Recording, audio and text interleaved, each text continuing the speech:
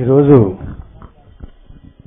ఈ కార్యక్రమానికి మనకు ఒక విశిష్ట అతిథి వచ్చారు. వారు గుంటూరులో శృంగేరి శారదాపీఠం నిర్వహిస్తున్నారు. గుంటూరులో ఏంటంటే శారదాపీఠాలు ఎక్కడుంటే శృంగేరి తరపున అక్కడ అన్ని పీఠాలు కూడా వారు ఏదో విధంగా వారి సహాయ సహకారాలు అందిస్తూనే ఉంటారు. మనకి ఆయన ఆత్మీయ అతిథి. వారు గుంటూరులో ఉన్నప్పటికీ కూడా కాకినాడ అయ్యప్ప స్వామి దేవాలయంలో ఏ కార్యక్రమాలు జరుగుతున్నప్పటికీ కూడా వారు తెలుసుకుని ఆ కార్యక్రమాలకి వారు చేసే సహాయ సహకారాలు అందిస్తున్నందుకు వారికి సర్వదా ఆలయ కమిటీ తరపున నేను వారికి కృతజ్ఞతావందనాలు తెలియజేసుకుంటున్నాను. ఇప్పుడు వారే ఆ విశిష్ట అతిథి వారే శ్రీ హరిప్రసాద్ గారు గుంటూరు నుంచి వచ్చారు. వారు ఈ కార్యక్రమాన్ని చూడడం కోసం వినడం కోసం వచ్చారు. ఇవాళ ప్రవచనం విందామని. వారు ఎంతో బిజీగా ఉన్నప్పటికీ కూడా గురువు గారు చెప్పిన ప్రవచనం వారికి తీరుబడి ఉన్నప్పుడల్లా ఎలాగో అలాగా కాకినాడ వచ్చేసి వారి ప్రవచనం రోజు ఉందామని కుతూహలంతో ఉంటూ ఉంటారు ఎప్పుడూను. అంచేత వారికి ఏదో కొంచెం ఇవాళ వెసులుబాటు అయి ఉంటుంది, తీరుబడి అయి ఉంటుంది. వెంటనే 4 గంటలకు బయలుదేరి వెంటనే ఇక్కడికి వచ్చేసారు ఈ కార్యక్రమం వినడానికి కూడా గురువు గారి ప్రవచనం వినడం కోసం అని చెప్పి. ఇప్పుడు శ్రీ హరిప్రసాద్ గారు పూజ్య గురువు బ్రహ్మశ్రీ కాకినాడ కోటేశ్వరరావును పుష్పమాలంకృతం చేస్తారు. ఇప్పుడు మనకి ఆ శృంగేరి పీఠం నుంచి వచ్చిన లలితా సహస్రం వీరు పంపించిందే. ఇప్పుడు మనం వస్తున్నది వారు పంపించిందే మనందరికీ కూడా. అలాగే మన సరస్వతి పూజ జరుగుతున్నప్పుడు మన వెంకటేశ్వర వైభవానికి ఆయన మన నారాయణ సేవకి ఆయన మొత్తం ఖర్చు అంతా వీరే భరించారు. ఆవేళ వెంకటేశ్వర వైభవంలో జరిగినంతా కూడా. అంచేత నేను ఇంకా ఎక్కువసేపు ఈరోజు టైం తీసుకుని ఇప్పుడు పూజ్య గురువును ఈరోజు ప్రవచనం చేయవలసిందిగా వారి పాదములను బట్టి ప్రార్థిస్తున్నాను. తాతంకయుగళీభూత తపనోడుపమండల ఈ నామం గురించి నిన్నటి రోజున మీకు కొంత విజ్ఞాపన చేసి ఉన్నాను. పద్మరాగ శిలాదర్శ పరిభావి కపోలభూ అని పిలుస్తారు అమ్మవారు. వసిన్యాది దేవతలు అమ్మవారి యొక్క ఆవిర్భావాన్ని చూసి స్తోత్రం చేసేటప్పుడు లేదా అమ్మవారి ఆవిర్భావం అయిపోయి సభ తీర్చిన తర్వాత వసిన్యాది దేవతల చేత అమ్మవారి ఆజ్ఞ ప్రకారం చేయబడిన స్తోత్రం కనుక వారు మనసులో మళ్లీ ఒక్కసారి స్మరించి అమ్మవారి యొక్క ఆవిర్భావ ఘట్టాన్ని మనకు ఒక్కసారి వివరించినటువంటి సందర్భం. మిగిలిన సహస్రనామ స్తోత్రాలకి లలితా సహస్రనామ స్తోత్రానికి ఉండేటటువంటి పెద్ద భేదం ఎక్కడుంటుందంటే లలితా సహస్రనామ స్తోత్రం మీరు భక్తితో మొదలు పెట్టగానే మిమ్మల్ని జ్ఞానసిద్ధి వైపు మనస్సుని ఏకీకృతం చేసి అమ్మవారి దర్శనం వైపు తీసుకెళ్లగలిగినటువంటి శక్తితో కూడి ఉంటుంది.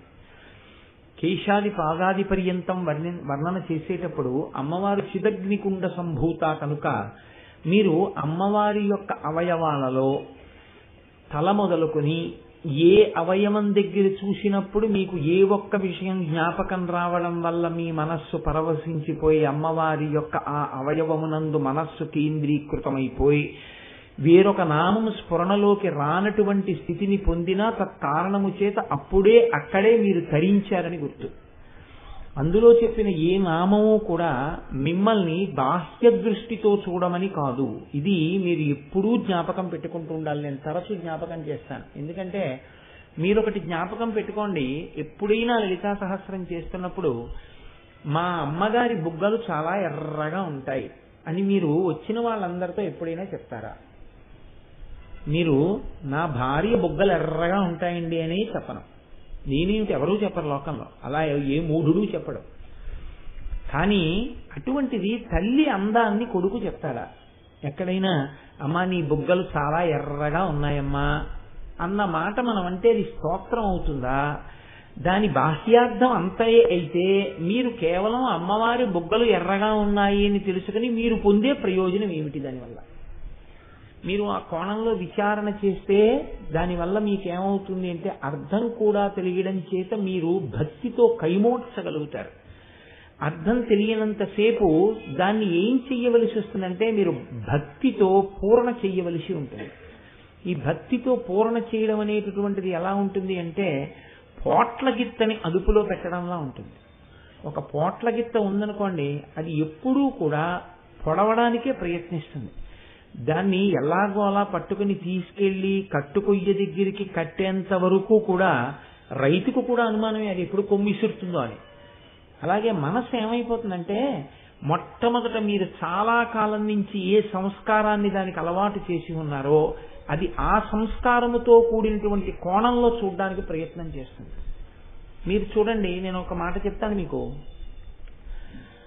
ఒక అందమైన వస్తువు కనపడింది అనుకోండి లోకంలో, ఇది నాదైతే బాగుండన్న భావన కలుగుతుంది. లేకపోతే ఒక అందమైన వస్తువు కనపడింది అనుకోండి, మనసు ఎప్పుడు ఏ భావనతో చూడడానికి అలవాటు పడిపోయిందో అదే భావనతో చూడడానికి అలవాటు పడుతుంది. మీరు పద్మరాగ శిలాదర్శ పరిభావి కపోల భూ అంటున్నారు అనుకోండి, నేను ఒక వాస్తవాన్ని, ఒక పరమ సత్యాన్ని విచారణ చేస్తున్నాను. అమ్మవారి బుగ్గలు పద్మరాగమునులతో చేయబడినటువంటి అద్దం కన్నా ఎర్రగా ఉంటాయి అని ఆ నామానికి అర్థం. ఇప్పుడు మీరు అలా దర్శనం చేశారనుకోండి, మీ మనసుకు ఉండేటటువంటి మొదటి లక్షణం ఏంటంటే అబ్బా బుగ్గలు ఎంత బాగున్నాయో ఈ లెక్కన అని దర్శనం చేస్తుంది. ఇప్పుడు బుగ్గలు ఎంత బాగున్నాయో అన్న ఉద్దేశ్యంతోనైనా మీరు అమ్మవారి బుగ్గల వంక చూడడం మంచిదే. కానీ దాని యందు మనస్సు ఏమాత్రమూ అడుగు పక్కకి వెయ్యడానికి వీలు లేని రీతిలో మీరు నిలబెట్టవలసి ఉంటుంది. మీరు అదే ప్రయత్నం చేస్తూ వెళ్ళారనుకోండి లలితా సహస్రంలో, మీకు అది ఖేదమునకు కారణం అవుతుంది. ఎందుకో తెలుసా అండి, మనస్సుకి ఒక లక్షణం ఉంటుంది. మీరు దాన్ని బలవంతం చేశారనుకోండి, నువ్వు ఇది చెయ్యి, ఇది చెయ్యి, ఇది చెయ్యి అని దాన్ని బలవంతంగా తీసుకొచ్చే ప్రయత్నం చేస్తే అది బడలిపోతుంది. అది బడలిపోవడంలో మీరు ఏమవుతారంటే, మీరు ఏ ప్రయత్నం మొదలెట్టారో దాని యందు మీకు వైముఖ్యం వస్తుంది. ఇప్పుడు అందుకే ఇది తెలుసున్న గురువు చెప్పే విధానం ఒకలా ఉంటుంది, ఇది తెలియని గురువు చెప్పడం ఒకలా ఉంటుంది. రామకృష్ణ పరమహంస పరమ సమర్థుడైన గురువు. అందుకే వివేకానందుణ్ణి ధ్యానం చేయమన్నారు భగవత్ సంబంధమైనటువంటి ఒక రూపం మీద. ఆయన ధ్యానం చేస్తుంటే పరమహంస వచ్చి అడిగారు, నీ ధ్యానము నిలబడిందా అని అడిగారు. వివేకానందుడు కూడా అంత విశాల దృక్పథము కలిగి భక్తి కలిగినటువంటి శిష్యుడు. ఆయన అన్నారు నిలబడలేదు అన్నారు. దేని మీద మరి నిలబడుతోంది అని అడిగారు. మనస్సు ఒక చోట ఉండలేదంటే ఇంకో చోటుకి వెళ్ళింది. ఎక్కడికి వెళ్ళింది అని అడిగారు. దూరంగా ఎక్కడో ఏదో శబ్దం వినపడుతోంది, నా మనస్సు ఆ శబ్దం మీదకి వెళుతోంది అన్నారు. పరమహంస ఆగి విన్నారు ఏ శబ్దం అని. దూరంగా ఎవరో ఒకతను ఒక ఇనప కమ్మె మీద ఇనప సుత్తి తీసి కొడుతున్నాడు.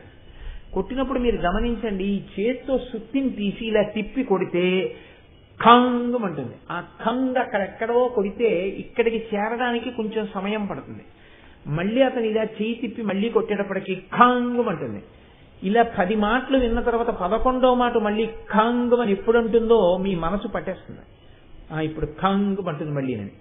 కాబట్టి ఇప్పుడు ఈయన దృష్టి ఎక్కడికి వెళ్ళిందంటే ఆ ఖంగ్ ఖంగ్ అన్న శబ్దం మీదకి వెళుతోంది.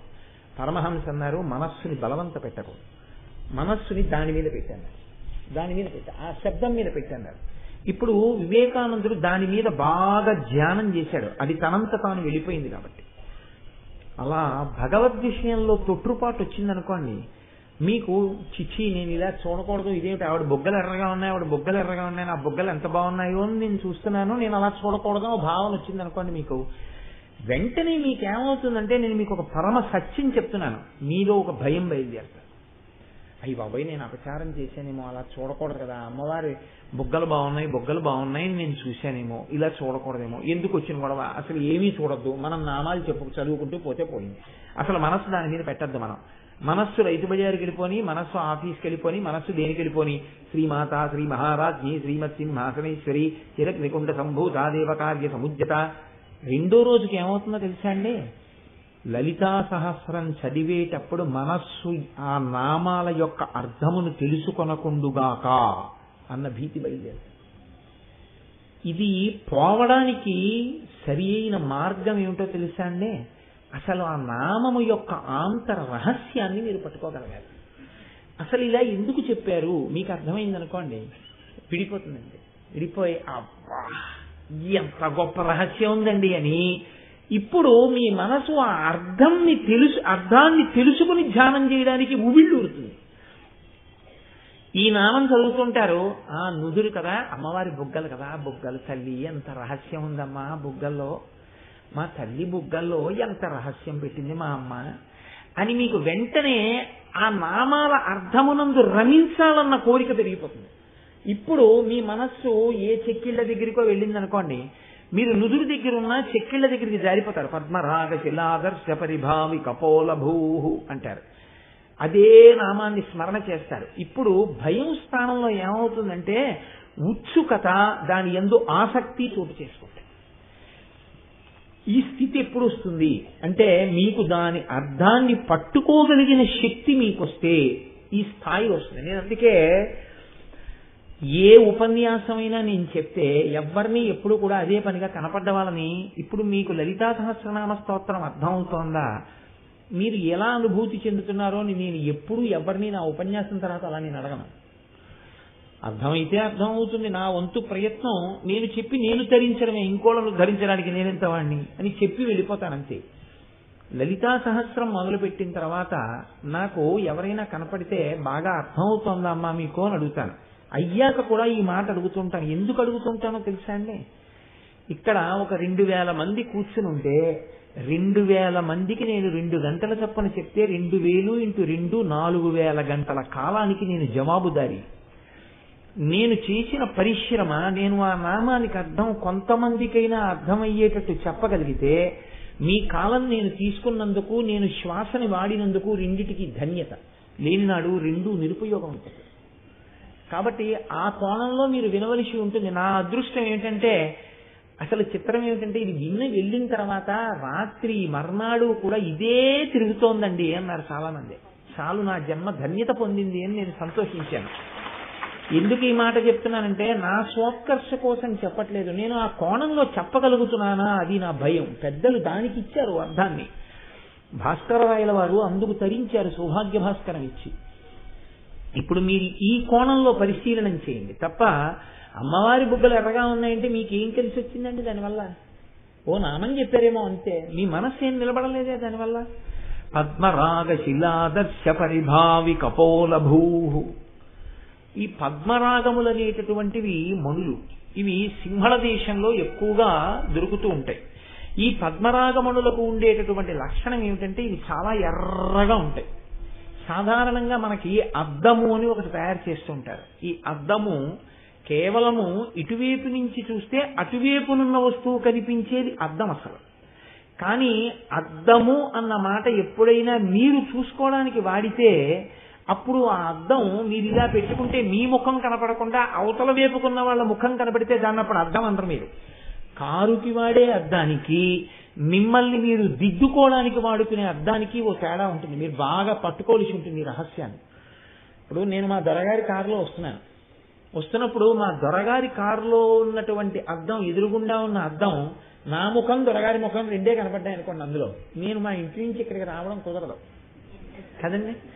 ఆ అద్దం నుంచి ఏం కనపడతాయి? ఎదురుగుండా ఉన్న వాళ్ళు కనపడతారు. నేను ఈ ఉపన్యాసానికి వచ్చే ముందు బొట్టు పెట్టుకోవడానికి ఓ అద్దం వాడతాను. ఆ అద్దం ముందు నిలబడి నేను బొట్టు పెట్టుకుంటాను. ఆ బొట్టు పెట్టుకుంటున్న అద్దం, ఆ అద్దానికి అవతల వాళ్ళు కనపడరు, నేనే కనపడతాను. మీరు కొంచెం పట్టుకునే ప్రయత్నం చేయండి. ఇదేం పెద్ద విషయం ఏం కాదు, పెద్ద సిద్ధాంతము లేదు అందులో. మీరు చాలా ప్రాజ్ఞులు, నా తాపత్రమే కానీ మీరు ఎదుగు పట్టుకోలేరు. కాబట్టి 2 అద్దాలే, రెండిటికి అద్దమే. 2 అద్దం అయితే ఇటువైపు నుంచి అటువైపుకి కనపడినది అద్దం, ఎదురుగుండా నిలబడితే అటువైపుది కనపడకుండా మీరే కనపడింది అద్దం. ఈ నామంలో అంటున్నారు పద్మరాగ శిలాదర్శ పరిభావి కపోల భూహు. ఇప్పుడు పద్మరాగమణులతో చేశారు ఈ అద్దాన్ని. మన బింబం మనకి కనపడాలి అంటే, మన ప్రతిబింబం కనపడాలి అంటే అద్దం వెనకాతల ఒక ఎర్రటి రసాయన పదార్థాన్ని రాస్తారు. రాస్తే కిరణము ఆ అద్దం గుండా అవతలకి వెళ్లకుండా మన ముఖం నుంచి బయలుదేరినటువంటి కిరణం అద్దం మీద పడి పరావర్తనం చెందుతుంది. పరావర్తనం చెందితే బింబము ప్రతిబింబంగా కనపడుతుంది.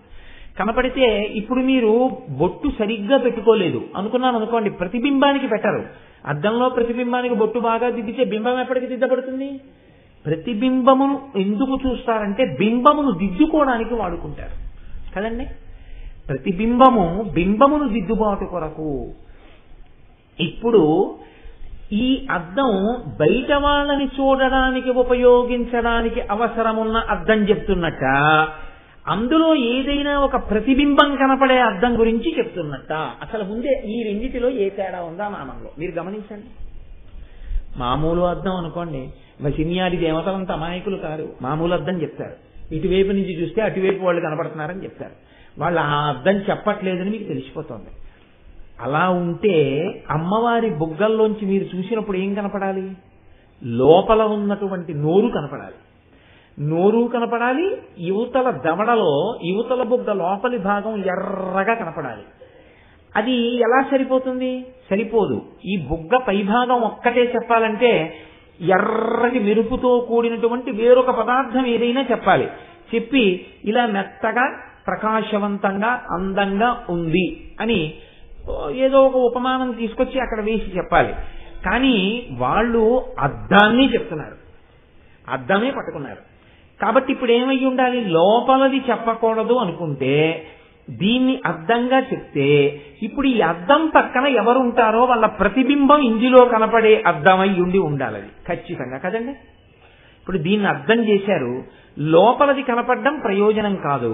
దీన్ని ఏ అద్దంగా ఉంచాలి అంటే దీని పక్కన కూర్చున్న వాళ్ళ ప్రతిబింబం ఇందులో కనపడాలి. కాసేపు మీరు మర్చిపోండి కోటేశ్వరరావు బుగ్గ అని మర్చిపోండి, ఇది ఒక అద్దం అనుకోండి. ఇక్కడ అద్దం ఉంది, అద్దం ఉంటే ఇప్పుడు నా పక్కకు వచ్చి నా భార్య కూర్చుంది అనుకోండి, ఉదాహరణకి కుడి పక్కన కూర్చుంది కాసేపు, ఏదో మర్యాదకి అంతే, అది అలా వైదికమా వదిలేయండి, పక్కన కూర్చుంది. ఇప్పుడు నా బుగ్గ అద్దం అయితే నా బుగ్గలో ఎవరు కనపడతారు? అది పెద్ద విశేషం ఏంటంటే ఎవరు కనపడతారు? నా భార్య కనపడుతుంది. ఆ నా భార్య యొక్క ప్రతిబింబము ఈ అద్దంలో కనపడుతుంది. అమ్మవారి బుగ్గను ఎందుకు పద్మరాగమణులతో కూడిన అద్దం చేసినట్టు? ఇది మీరు పట్టుకోవాల్సి ఉంటుంది. ఇది రహస్యం ఆ నామానికి. ఇప్పుడు అమ్మవారి యొక్క చిక్కిలిని, అమ్మవారి యొక్క గండస్థలాన్ని వాళ్ళు మామూలు అద్దంతో చెప్పలేదు. ఇటువంటి అద్దం అంటున్నారు, పద్మరాగ శిలాదర్శ పరిభావి కపోలభూ. ఆదర్శ అన్న మాటకి అమరకోశం అద్దము అని వ్యాఖ్యానం చేస్తుంది, దర్పణము అని చెప్తుంది. పద్మరాగమణులతో చేయబడిన అద్దమును తిరస్కరించినది. పోనీ పద్మరాగమణులతో చేసిన అద్దంలా ఉందన్నారా? అనలేదు.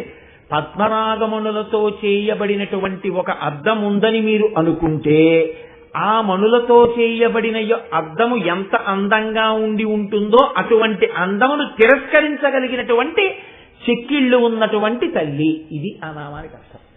ఏమిటి చెప్పదలుచుకున్నారు వశిన్యాది దేవతలు ఇందులో? బాహ్యంలో చెప్పాలనుకోండి, ఒక్క వాక్యంతో పూర్తి చేసేసి, పద్మరాగమణులతో చేయబడినటువంటి అద్దం ఎర్రగా ఉంటుంది, కానీ దాని కాంతి కన్నా ఈవిడ బొగ్గల కాంతి చాలా ఎక్కువగా ఉంది. కాబట్టి ఈవిడ కపోలముల యొక్క కాంతి చేత తిరస్కరింపబడినటువంటి పద్మరాగమణులతో కూడిన అద్దమో. ఒక్క వాక్యం అయిపోయిందంటే అది కాదు వశిన్యాది దేవతల ప్రయోజనం. వేరొకటి ఉంది, దీన్ని పట్టుకోగలిగితే మలుపు తిరిగిపోతుంది. ఆ ఒక్క నామం చాలా మిమ్మల్ని ధరించాను. నేను రోజు మొరపెట్టేది అదే.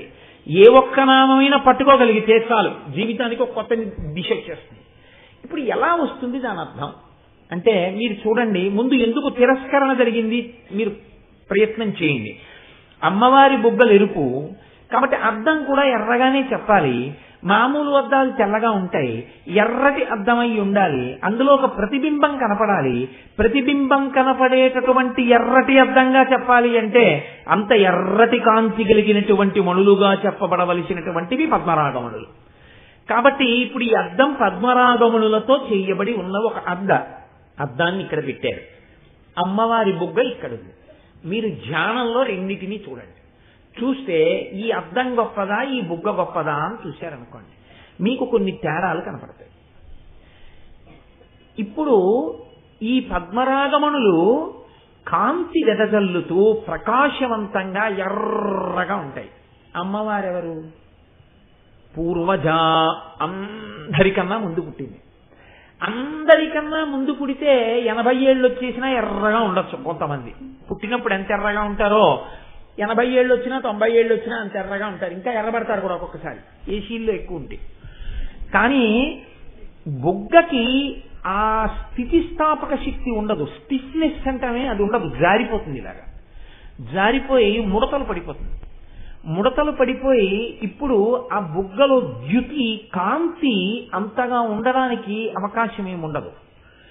కానీ యవ్వనంలో ఉన్నటువంటి స్త్రీ యొక్క బుగ్గ, ఆమె యొక్క గండభాగం చెక్కిలి స్థితిస్థాపక శక్తిని కలిగి, అనగా ఇలా జారిపోకుండా ముడతలు పడిపోకుండా కాంతితో ప్రకాశవంతంగా ఆకర్షణీయంగా ఉంటుంది.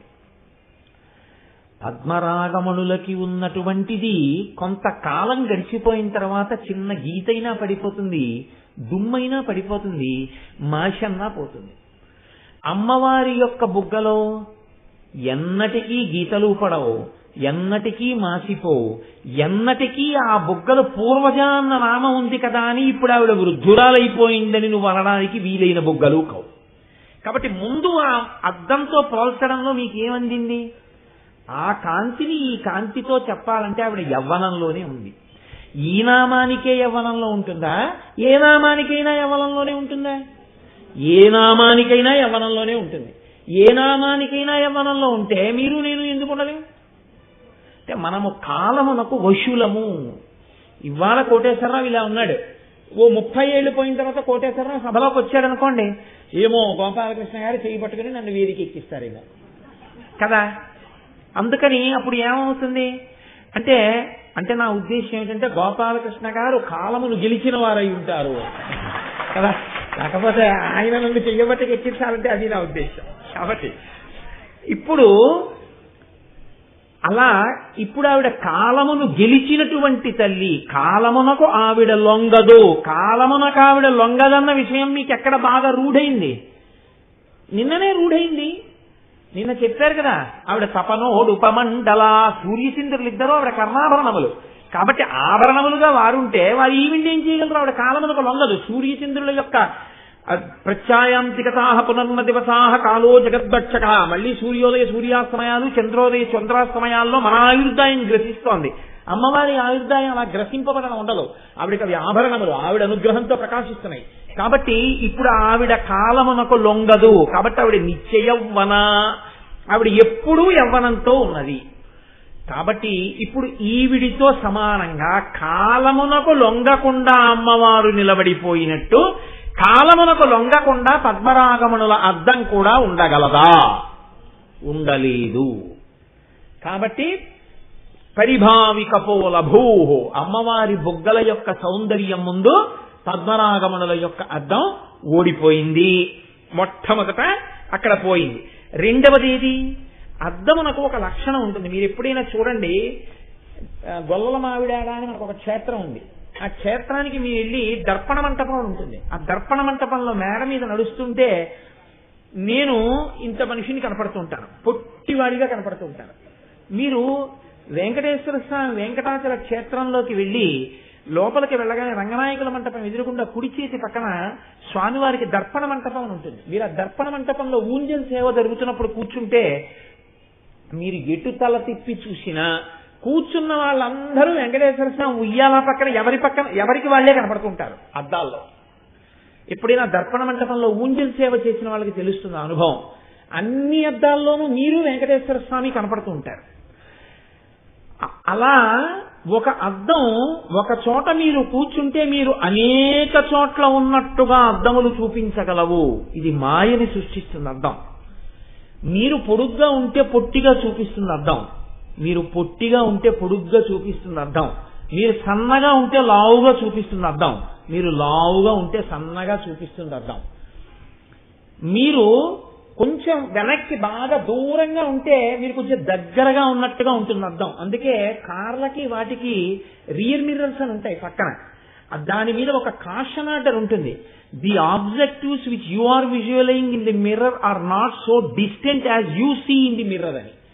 మీరు అద్దంలో చూస్తున్నప్పుడు కనపడినటువంటి వస్తు దూరం యథార్థముగా అంత దూరంలో మీకు ఆ వాహనము లేదు, గుర్తెరగండి అని. ఎందుకంటే అద్దంలో చూసినప్పుడు మీకు చాలా దగ్గరగా ఉన్నట్టు కనపడచ్చు. చాలా దగ్గరకు వచ్చేసింది కదా అని మీరు కారు తిప్పకుండా అలాగే పెట్టి కూర్చున్నారనుకోండి, వెనకాల వాడు ఉన్నాడు, వాడు దూరంగా ఉంటాడు. కాబట్టి అద్దంలో చూస్తున్నటువంటి మీ వెనక వాహనం యథార్థముగా ఎంత దూరంలో ఉంటుంది అన్నది మీరు డ్రైవ్ చేయడం నేర్చుకుంటున్నప్పుడు వెనక అద్దంలోంచి ఒకసారి చూసి ఇంత దూరంలో ఉన్నదాన్ని ఇంత దూరంలో ఉన్నట్టు ఈ అద్దం చూపిస్తూ ఉంటోందన్న సత్యాన్ని మీరు రూఢిపరుచుకుంటేనే మీరు క్షేమంగా, వెనకవారు క్షేమంగా, ముందువారు క్షేమంగా మీ వాహనాన్ని మీరు నడపగలరు. లేకపోతే మీరు నడపలేరు. అటువంటి ఇబ్బందులన్నీ వేటికున్నాయి. అద్దాలకున్నాయి. అమ్మవారి బుగ్గలకి అలాంటి ఇబ్బందులు ఆవిడ బుగ్గలకి ఏముండవు. అలాగా పొట్టివాడిని పొడుగ్గా చూపించడం, పొడుగువాడిని పొట్టిగా చూపించడం, లేకపోతే లావు వాడిని సన్నంగా చూపించడం, సన్నం వాడిని లావుగా చూపించడం, ఇలాంటి పనులు అద్దం ఏం చేయదు. కాబట్టి అంటే యథార్థ స్థితిని మాత్రమే ఆవిష్కరించగలిగినటువంటి అద్దం ఆ అద్దం. ఇప్పుడు ఈ అద్దం ఇంత గొప్పది. ఆ అద్దం పద్మరాగమణులతో చేయబడిన అద్దం అంత గొప్పది కాదు. 3 పద్మరాగమణులతో చేయబడినటువంటి అద్దం దగ్గరికి వెళ్ళి మీరు వాసన చూద్దాం, దీనికి ఏమైనా వాసన ఉందేమో అని వాసన చూడాలంటే మీరు ఏం చేయాలండి? అద్దం దగ్గరికి వెళ్ళి ఆ వాసన చూడాలనుకుంటే చూడాలనుకున్న వాడు ఏం చేస్తాడంటే దగ్గరికి పెట్టుకుని ముందు లోపల ఉన్న ఊపిరి వదిలేస్తాడు అంటాడు, అని తర్వాత అంటాడు. అంతేగాని ఇక్కడ వదిలేసి అద్దం మొహం మీద ఇటుకుని అందం ఇక్కడికి వెళ్ళి అని అంటాడు. అంతవరకు ఎందుకంటే ఇప్పుడు నేను ఇది అద్దం అనుకోండి, వాసన చూడాలంటే అంటాను. అంటే దీని మీదే ముందు నిశ్వాసను విడిచిపెడతాను. మీరు నిశ్వాస విడిచిపెట్టగానే దాని మీద ఆవిరి పడిపోతుంది. బాత్రూంలో అద్దం ఉందనుకోండి, వేడి నీళ్లు స్నానం చేసేస్తే ఆ అద్దం కనపడదు. మళ్ళీ తుడుచుకుని తువ్వాలెట్టి ఒకసారి తుడుచుకుని ప్రతిబింబాన్ని చూసుకోవాలి. మంచు పడింది అనుకోండి, అద్దం కనపడదు. వర్షం వస్తోంది అనుకోండి, అద్దం కనపడదు. మళ్ళీ అప్పుడు మీరు ఏం చేయాలంటే ఆ కారుకున్నటువంటి అద్దాన్ని తుడిచేటటువంటి 2 నాళములు ఉంటాయి, వాటితోటి తుడుచుకోవాలి. తుడుచుకుని కారు డ్రైవ్ చేసుకోవాలి. మంచు తుడుచుకోవాలి, దుమ్ము తుడుచుకోవాలి. లేకపోతే ఆ అద్దం మీకు ప్రతిబింబాన్ని చూపించదు. అమ్మవారి బుగ్గలకి అటువంటి ఇబ్బందులు ఉన్నాయా? అలాంటివి ఏమీ లేవు. ఎంత జాగ్రత్తగా చూసుకోండి. 5 సంవత్సరములు వాచి యొక్క అద్దం మీద ఒక్క గీత పడకుండా, కళ్ళజోడు మీద చుక్క గీత లేకుండా ఎవడైనా దాన్ని గాని నిర్వహించగలిగితే వాడికి భారతరత్న పురస్కారం ఇవ్వచ్చు. అంటే కళ్ళజోడు కవర్లో పెట్టేస్తానంటే కాదు, కళ్ళకి పెట్టుకునే అలవాటు ఉంటే ఎప్పుడూ అప్పుడు గీతలు పడిపోతాయి. ఇంత జాగ్రత్తగా చూస్తే ఇవే గీతలు పడిపోతే పద్మరాగమణులు గీతలు పడిపోతాయి. మరి మామూలుగా కళ్ళజోడు అద్దం అసలు ఏ చుక్క లేకుండానే మీకు అమరుస్తారు. పద్మరాగమణులను జాగ్రత్తగా చిత్రీయ పట్టేటప్పుడు అసలు తమంత తాము ముందు గీతలు పడతాయి. చివర్లకి గీత పడకుండా మణి ఉండడం కష్టం.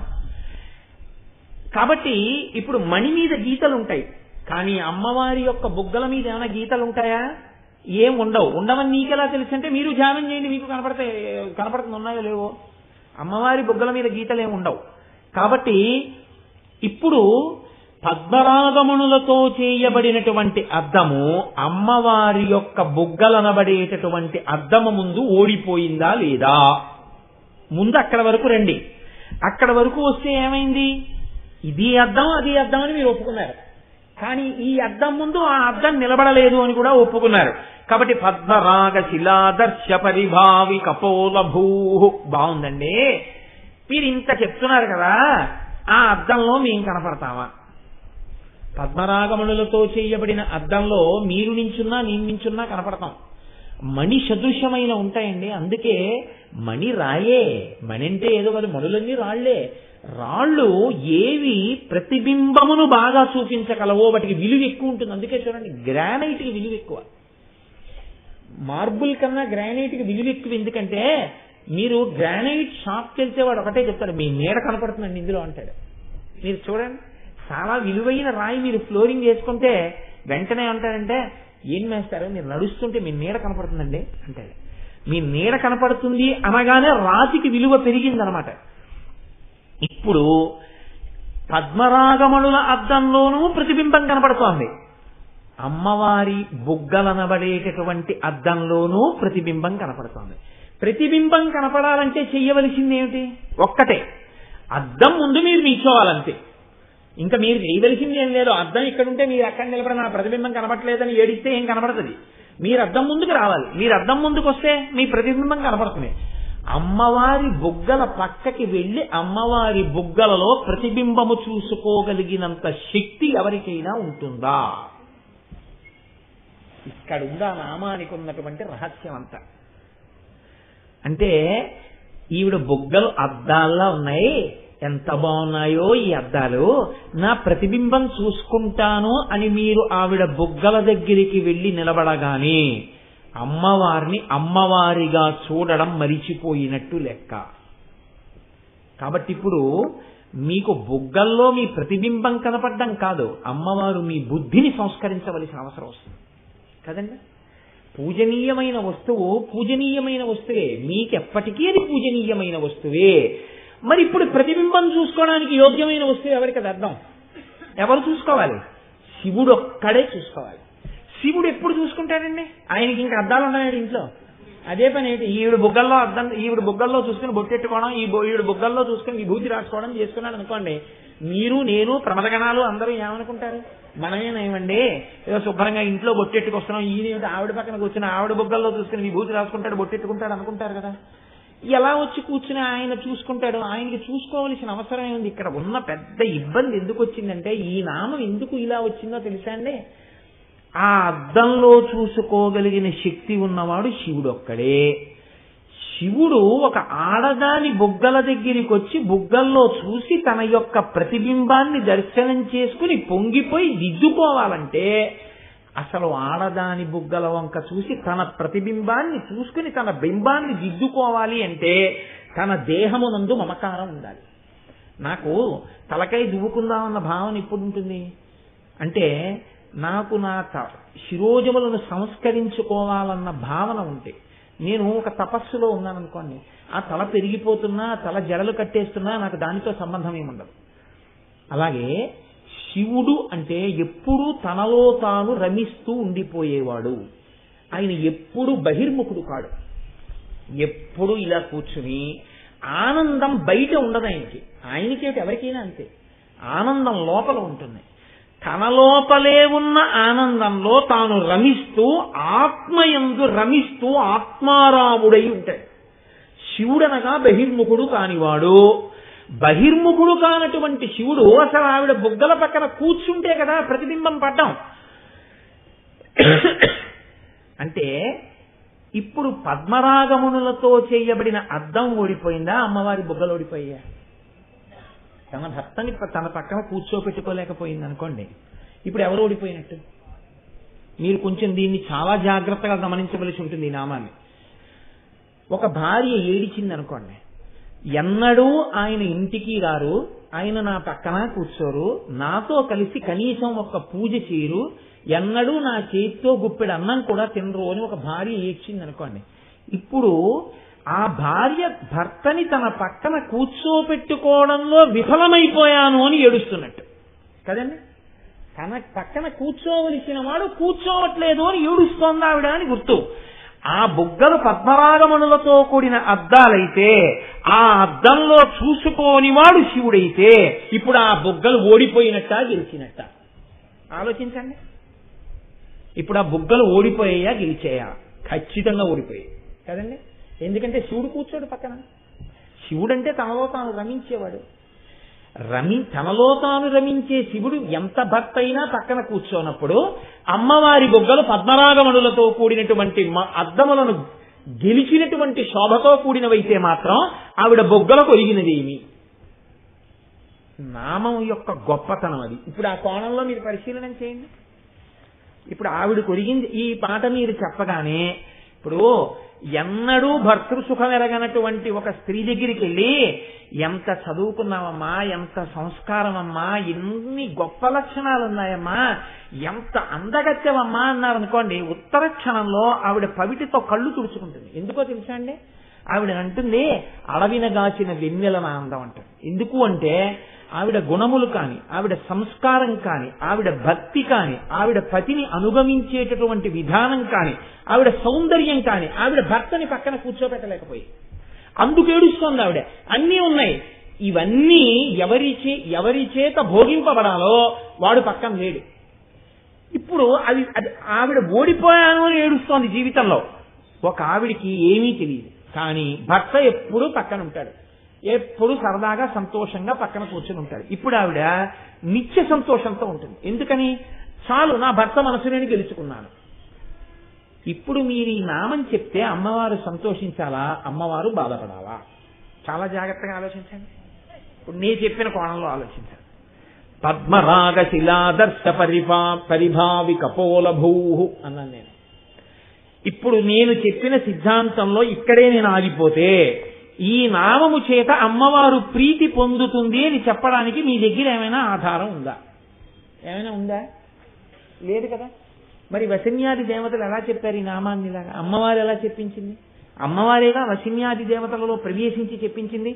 వాక్కు ఎక్కడున్నా వైదికమై 10 మందిని ఉద్ధరించే వాక్కు ఎవరు పలికినా ఆ వాక్కు అమ్మవారిదే.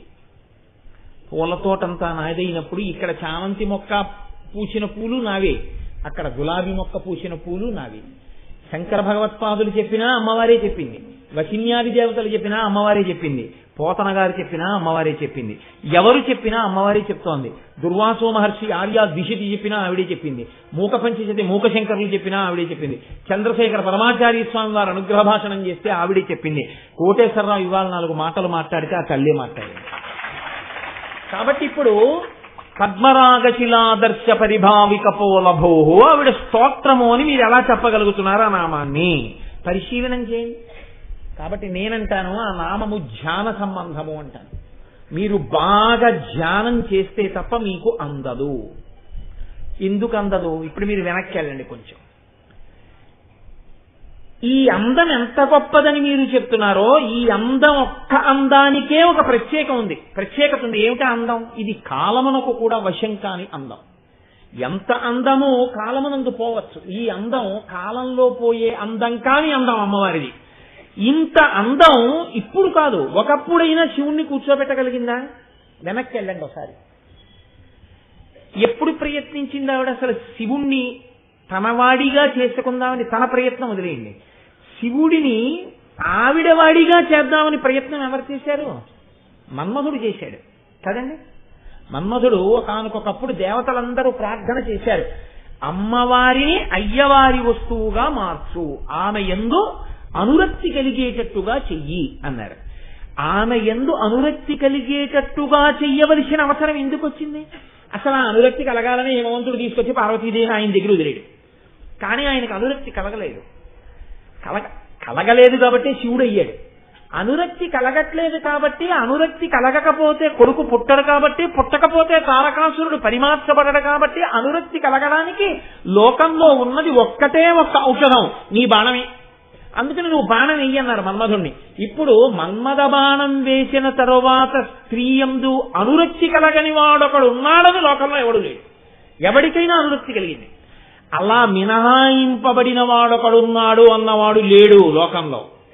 కాముడి యొక్క బాణం పడితే ఎంత తపస్సు చేసుకుంటున్నవాడు భ్రంశమైపోయాడు శివానుగ్రహం ప్రసరించనంతసేపు. మరి శివుడేమయ్యాడు? బాణం ఒక్కటేశాడు, ఇంకా మిగిలిన 4 వేయలేదు, ఆ మన్మధుణ్ణి కాల్చేశాడు. అంటే అమ్మవారి యొక్క బుగ్గలకి, అమ్మవారి యొక్క సౌందర్యానికి పరమశివుడు లొంగకపోవడం అన్నది ఇప్పుడేనా? ఎప్పుడో మొదలైందా? ఎప్పుడో మొదలైంది దీని కథ. మీరు చూడండి, ఇది మీరు లోక సాధారణమైన విషయాన్ని ఎలా పట్టుకుంటారో అలాగే పట్టుకోవాలి. ఒక పెద్ద మనిషి దగ్గర ఒక ఆవిడ ఏడుస్తోంది అనుకోండి, ఆయన నాతో సరిగ్గా ఉండట్లేదండి అస్సలు అని. ఇలా అమ్మ మీ పెళ్ళైనప్పటి నుంచేనా ఈ మధ్యనేనా అని అడుగుతారు పెద్దవాళ్ళు. లేదండి పెళ్ళైనప్పటి నుంచి ఆయన ఇదే వరుస అందనుకోండి. పెళ్ళైనప్పటి నుంచి ఇలా ఇదే వరుస అయితే అసలు పెళ్లి ఎందుకు చేసుకున్నట్టు? ఇప్పుడు అక్కడికి వెడతారు కదండి, వెనక్కి వెడతారు కథ. ఇక్కడ అంతే, మీరు వెనక్కే వెళ్ళాలి ఈ నామాన్ని ఆధారం చేసుకుని. ఇది ఎప్పటి వరుస? పెళ్లికి ముందా పెళ్ళైన తర్వాత? పెళ్లికి ముందు నుంచి ఇదే వరుస. మరి మీకు పెళ్లి ఎలా అయిందమ్మా? పెళ్లి ఎలా చేసుకున్నాడు? ఇక్కడికి రండి, ఇక్కడుంది తమాషా అంతా. మరి పెళ్లి ఎందుకు చేసుకున్నాడంటే బాహ్యమైన అందం చూసి చేసుకోలేదు. ఇప్పుడు ఆవిడ తపస్సు చేసింది, శివుణ్ణే పెళ్లి చేసుకుంటాను. ఆ చేసుకున్నప్పుడు అపర్ణ అయిపోయింది, ఆకులు తినడం కూడా మానేసి ఘోరమైన తపస్సు చేస్తే బాహ్య సౌందర్యం అంతా క్షీణించిపోయి ఆవిడ చీపురు పుల్లలా అయిపోయి మహాసౌందర్య రాశి అంతఃసౌందర్యం చేత తయారైంది. ఇప్పుడు కూడా పోని పెళ్లి చేసుకున్నాడా? బ్రహ్మచారిగా వచ్చి శివనింద చేశాడు తానే, శివుడే. అబ్బెబ్బే వాడితో నీకు పెళ్ళేటమ్మా అన్నాడు. శివనింద చేస్తే నిన్ను కూడా శపిస్తానంది. అప్పుడు శివుడిగా కనపడ్డాడు. శివుడిగా కనపడి పెళ్లి చేసుకున్నాడు. ఇప్పుడు చెప్పండి, అమ్మవారు పరమశివుణ్ణి పెళ్లి చేసుకోవడంలో అమ్మవారి తపస్సే సాధనమై అయ్యవారిని గెలుచుకుందా? మన్మధుడి యొక్క బాణాల వల్ల అందరికీ పతి దొరికినట్టుగా పత్నికి దొరికాడా ఇక్కడ? అలా దొరకలేదు. మన్మథ బాణములు ఈవిడ పెళ్లి యందు మార్గములు కావు. ఈవిడ తపస్సు, ఈవిడ అంతఃసౌందర్యము ఆయనని పతిగా చేసుకోవడానికి మార్గమైనది. అందుకు పెళ్ళయింది. బాగుందండి. మరి మన్మధుడేమయ్యాడు? మీరు ఈ ఒక్క నామాన్ని చాలా జాగ్రత్తగా వెనక్కి అడుగులెయ్యాలి. మన్మధుడేమయ్యాడు? అప్పుడు మన్మధుడు కాలిపోయి ఉండుంటే పార్వతీదేవి కాబట్టి తపస్సు చేసి శంకరుణ్ణి వివాహం చేసుకుంది. మరి ఆ తర్వాత చాలా మందికి పెళ్లిళ్ళయ్యాయి, లోకం ఉత్పత్తి అయింది, కొడుకులు పుట్టారు, మనవలు పుట్టారు, మునిమనవరాళ్ళు పుట్టారు, జాతులు వర్ధిల్లాయి, వంశాలు వర్ధిల్లాయి. అంటే మన్మధుడు బతికే ఉన్నాడు కదా. మన్మధుడు బతికే ఉంటే అసలే ఒక పట్టాన లొంగని వాణ్ణి అంత జాగ్రత్తగా ఆవిడ తన తపస్సుతో గెలుచుకుని భర్తను చేసుకుంది. ఇప్పుడు ఆయన కాల్చేసిన ఆవిడ్ని ఈవిడ బతికించేసింది అనుకోండి. వెంటనే ఆయన ఏమంటాడు అంటే, నే కాల్చేవాడిని నువ్వు బతికించేదని వినాలని మళ్ళీ తపస్సులోకి వెళ్ళిపోతాడు. ఆయన ఏమంటే అంతకన్నా తపస్సు చేసుకుంటాడు. ఆయనకి వైరాగ్యం తొందరగా వస్తుంది. అబ్బబ్బా ఈ పాటి దానికి సంసారాలు ఎందుకంటాడు, హిమాలయాలకు వెళ్ళిపోతాడు, చక్కగా ఇలా దండం మీద చెయ్యెట్టుకుంటాడు, కమండలం పక్కన పెట్టుకుంటాడు, అలా హాయిగా కూర్చుంటాడు. ఏ సనక సనందనాదులు లాంటి వాళ్ళతోటే మాట్లాడతాడు. ఇక ఎవ్వరి వంక చూడడం. మరి ఎలా బతికించింది? ఇది పెద్ద తమాషా కదండి. ఇలాంటి మొగుడితో వేగి సంసారం చేయడం అంటే ఆ తల్లి గొప్పతనం అండి. ఆ ఒక్క నామంతో ఆవిడ యొక్క గొప్పతనాన్నంతటినీ తీసుకురావడం ఆ నామం యొక్క వైభవం. పెళ్లి చేసుకోవడమే అంత గొప్ప అయితే మన్మధుణ్ణి బతికించడం ఇది ఎవరు చెప్పాలి? ఎలా జరిగిందో దీన్ని చెప్పాలంటే ఒక్క జగద్గురు శంకరాచార్య స్వామి వారికి మాత్రమే సాధ్యం. అందుకని మీరు మళ్ళీ సౌందర్యలహరిలోకి వెళ్ళండి. ఆయన అంటారు, ధను పౌష్పం మౌర్వీ మధుకరమయీ పంచవిశిఖ వసంతు సామంతో మలయమరుదాయోధనరద తథాప్యేక సర్వం హిమగిరిసుతే కమపి కృపాం అపాంగతే లబ్ధ్వా జగదిదమనంగో విజయతే. ఈ శ్లోకానికి ప్రాణం ఎక్కడుందో తెలుసా అండి? చిట్ట చివరి పాదంలో ఉంది. చిట్ట చివరి పాదం చిట్ట చివర శంకరాచార్యులు వారు ఏమంటున్నారు? అమ్మవారి యొక్క కడగంటి చూపు చేత బతికినటువంటి మన్మధుడు ఎవరిని గెలవడానికి సమర్థుడయ్యాడు? జగదిదమనంగో విజయతే. జగత్తుని గెలవడానికి మాత్రమే పనికొచ్చింది ఆ సమర్థత. అప్పుడైనా మన్మధుడు మళ్ళీ పుట్టి శివుణ్ణి గెలిచాడా? గెలవలేదు. ఇప్పుడు ఎలా పుట్టాడు మరి మన్మధుడు? మరి ఆయనకి కోపం రాకుండా ఈవిడ ఎలా పుట్టించగలిగింది ఆయన్ని? ఇది శంకరాచార్యుల వారి యొక్క శ్లోక చమత్కారం. బలహీనత మన్మధుడిని చెప్తూ బలం అమ్మవారికి చెప్తున్నారు ఆయన. ఇది మీరు పట్టుకోగలగాల ఆ శ్లోకాన్ని. ధను పౌష్పం, పుష్పములతో కూడినటువంటి ధనస్సున్నవాడు మన్మధుడు. అసలు మన్మధుడు పుష్పధనస్సు పట్టుకున్నాడని ఎక్కడుందండి? అసలు ఈ శ్లోకం మొదలెట్టగానే, ఈ విచారణ మీరు చెయ్యడం మొదలు పెట్టగానే పుస్తకం మూసేసి, అయ్యి బాబోయ్ ఇదేమిటండి ఈ శ్లోకం ఇలా ఉందని మళ్ళీ ఏ పండితుడి దగ్గరికో వెళ్ళాలి. వెళ్ళి మన్మధుడు చెరుకు విల్లు కదండి పట్టుకుంటాడు, చెరుకు విల్లే మన్మధుడు పట్టుకుంటాడు, చెరుకు విల్లే అమ్మవారు పట్టుకుంటుంది తప్ప అసలు పుష్పధనస్సు ఎప్పుడు పట్టుకున్నాడు మన్మధుడు? మరి శంకర భగవత్పాదులు జగద్గురువులు కదా, మహానుభావుడు కదా, ధను పౌష్పం అన్న మాట ఎలా రాశారు? పుష్పధనస్సు మన్మధుడు పట్టుకున్నాడని ఎలా రాశారు? చెరుకు విల్లు కదా పట్టుకున్నాడు. అంటే ఆయన శంకర భగవత్పాదులు ఉత్తినే ఏ మాట అనరో. మీరు మళ్ళీ ఆలోచన చేస్తే ఆ ధనస్సు పుష్పములతో కూడిన ధనస్సే. మన్మధుడు పుష్పములతో కూడిన ధనస్సు కూడా పట్టుకుంటాడు అని ఎవరు చెప్పారు అంటే అమరకోశం చెప్పింది. అమరకోశం ఏది చెప్పిందో అది పరమ సత్యం. కాబట్టి ఆయన పుష్పధనస్సుతో ఉంటాడు అన్న విషయాన్ని అమరకోశం చెప్పింది. ఒక్కొక్కరి దగ్గర 4-5 ధనస్సులు ఉంటాయి. మన్మధుడు చెరుకు విల్లు పట్టుకుంటాడు, పుష్పధనస్సు పట్టుకుంటాడు. ఇప్పుడు పుష్పధనస్సు పట్టుకున్నాడు. ధను పౌష్పం మౌర్వీ మధుకరమయీ. ఆ అల్లెత్రాడో తుమ్మెదలతో చేయబడినటువంటి అల్లెత్రాడు. అల్లెత్రాడు స్థితిస్థాపక శక్తితో ఉండాలి. ఎందుకంటే దాన్ని ఆకర్ణాంతము లాగుతారు, అంటే ఇలా చెవి వరకు లాగుతారు, ధనస్సుని లాగి బాణం వదులుతారు. అది తుమ్మెదలతో చేయబడినటువంటి అల్లెత్రాడు. ముందేమున్నాయి ధనస్సుగా? పువ్వులు ఉన్నాయి. పువ్వులు ఇలా ముందుంటే తుమ్మెదలు మీ అందరూ ఓ వరుసలో ఇలా నించోండి అంటే నించుంటాయి? అసలు అవన్నీ పువ్వుల మీదకి వెళ్ళిపోతాయి. అదో పెద్ద కప్పలు తక్కిన వ్యవహారం కింద ఉంటుంది. ఎప్పటికీ తెమలు 1/2 కేజీ కప్పలు ఇవ్వండి అన్నాడు అనుకోండి ఎవడైనా, 1/2 కేజీ రాయి బాగానే ఉంటుంది. ఇక్కడ 3 కప్పలు వేస్తే అది 1/2 కేజీకి లేదని చిన్న కప్ప వంక చూసేటప్పటికి 2 కప్పలు దూకేస్తాయి. 1/2 కేజీ వాడి జన్మలో తూయలేడు. ఎందుకంటే అందుకే కప్పలు తక్కడరా అంటారు. అంటే వాడి పని ఎప్పటికీ అవదు.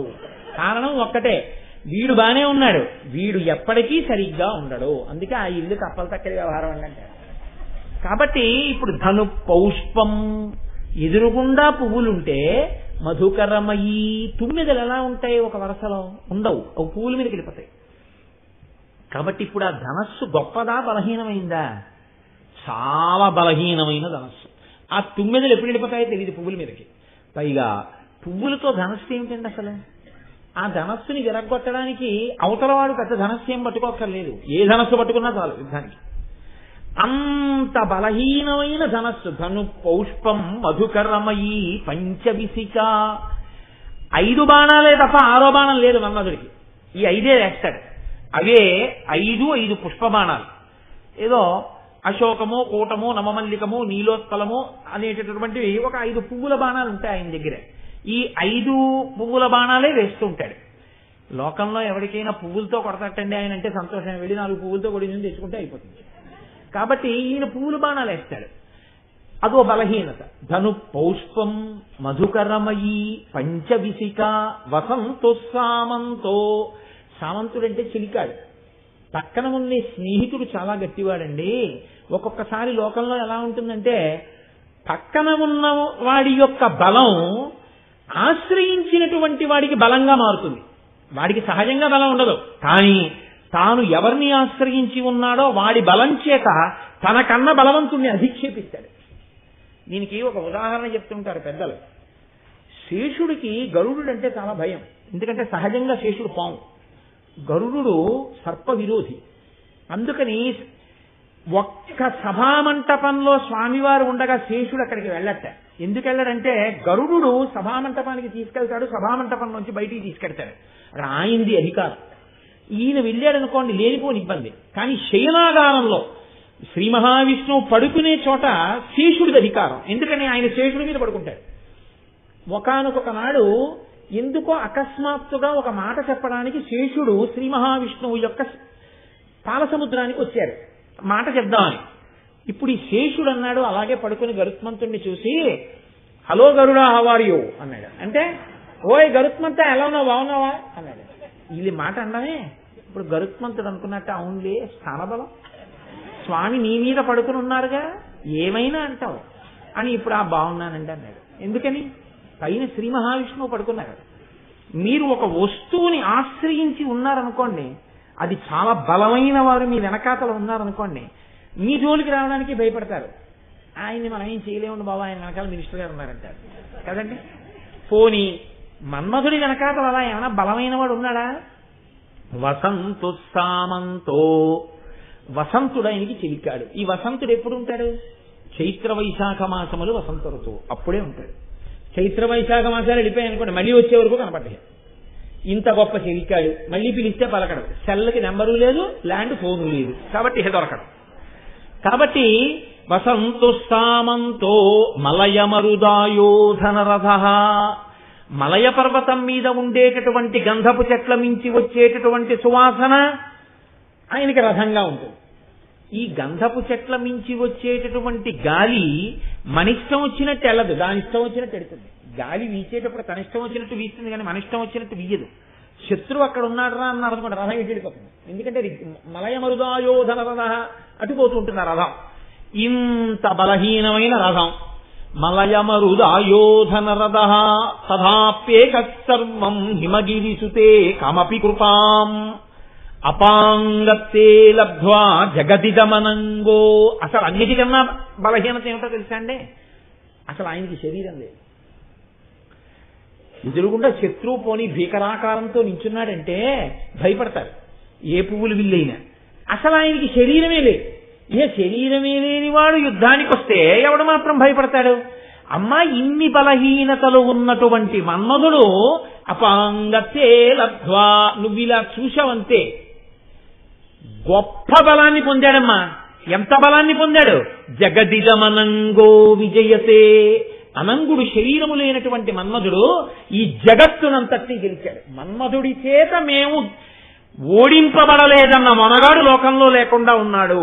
అందరూ ఆయనకి వశులైపోయిన వారే. అలా వశం చేసుకోగలిగినటువంటి శక్తి ఇన్ని బలహీనతలున్న మన్మధుడికి ఎక్కడి నుంచి వచ్చింది? అపాంగత్తే లబ్ధ్వా. నువ్వు ఇలా చూడడం వల్ల వచ్చింది. ఇలా చూసినప్పుడు కోపంగా చూసినట్ట, కారుణ్యంతో చూసినట్ట? ఇలా చూస్తే కటాక్షం, కనుచివర్ల నుంచి చూస్తే. నువ్వు కటాక్షిస్తే వచ్చింది.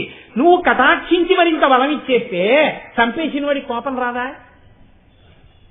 అంటే నేను చంపేవాడిని, జగత్తంతా గెలవగలిగినంత బలాన్ని నువ్వు కటాక్షంతో ఇచ్చేదాని వినా అండ ఆయన.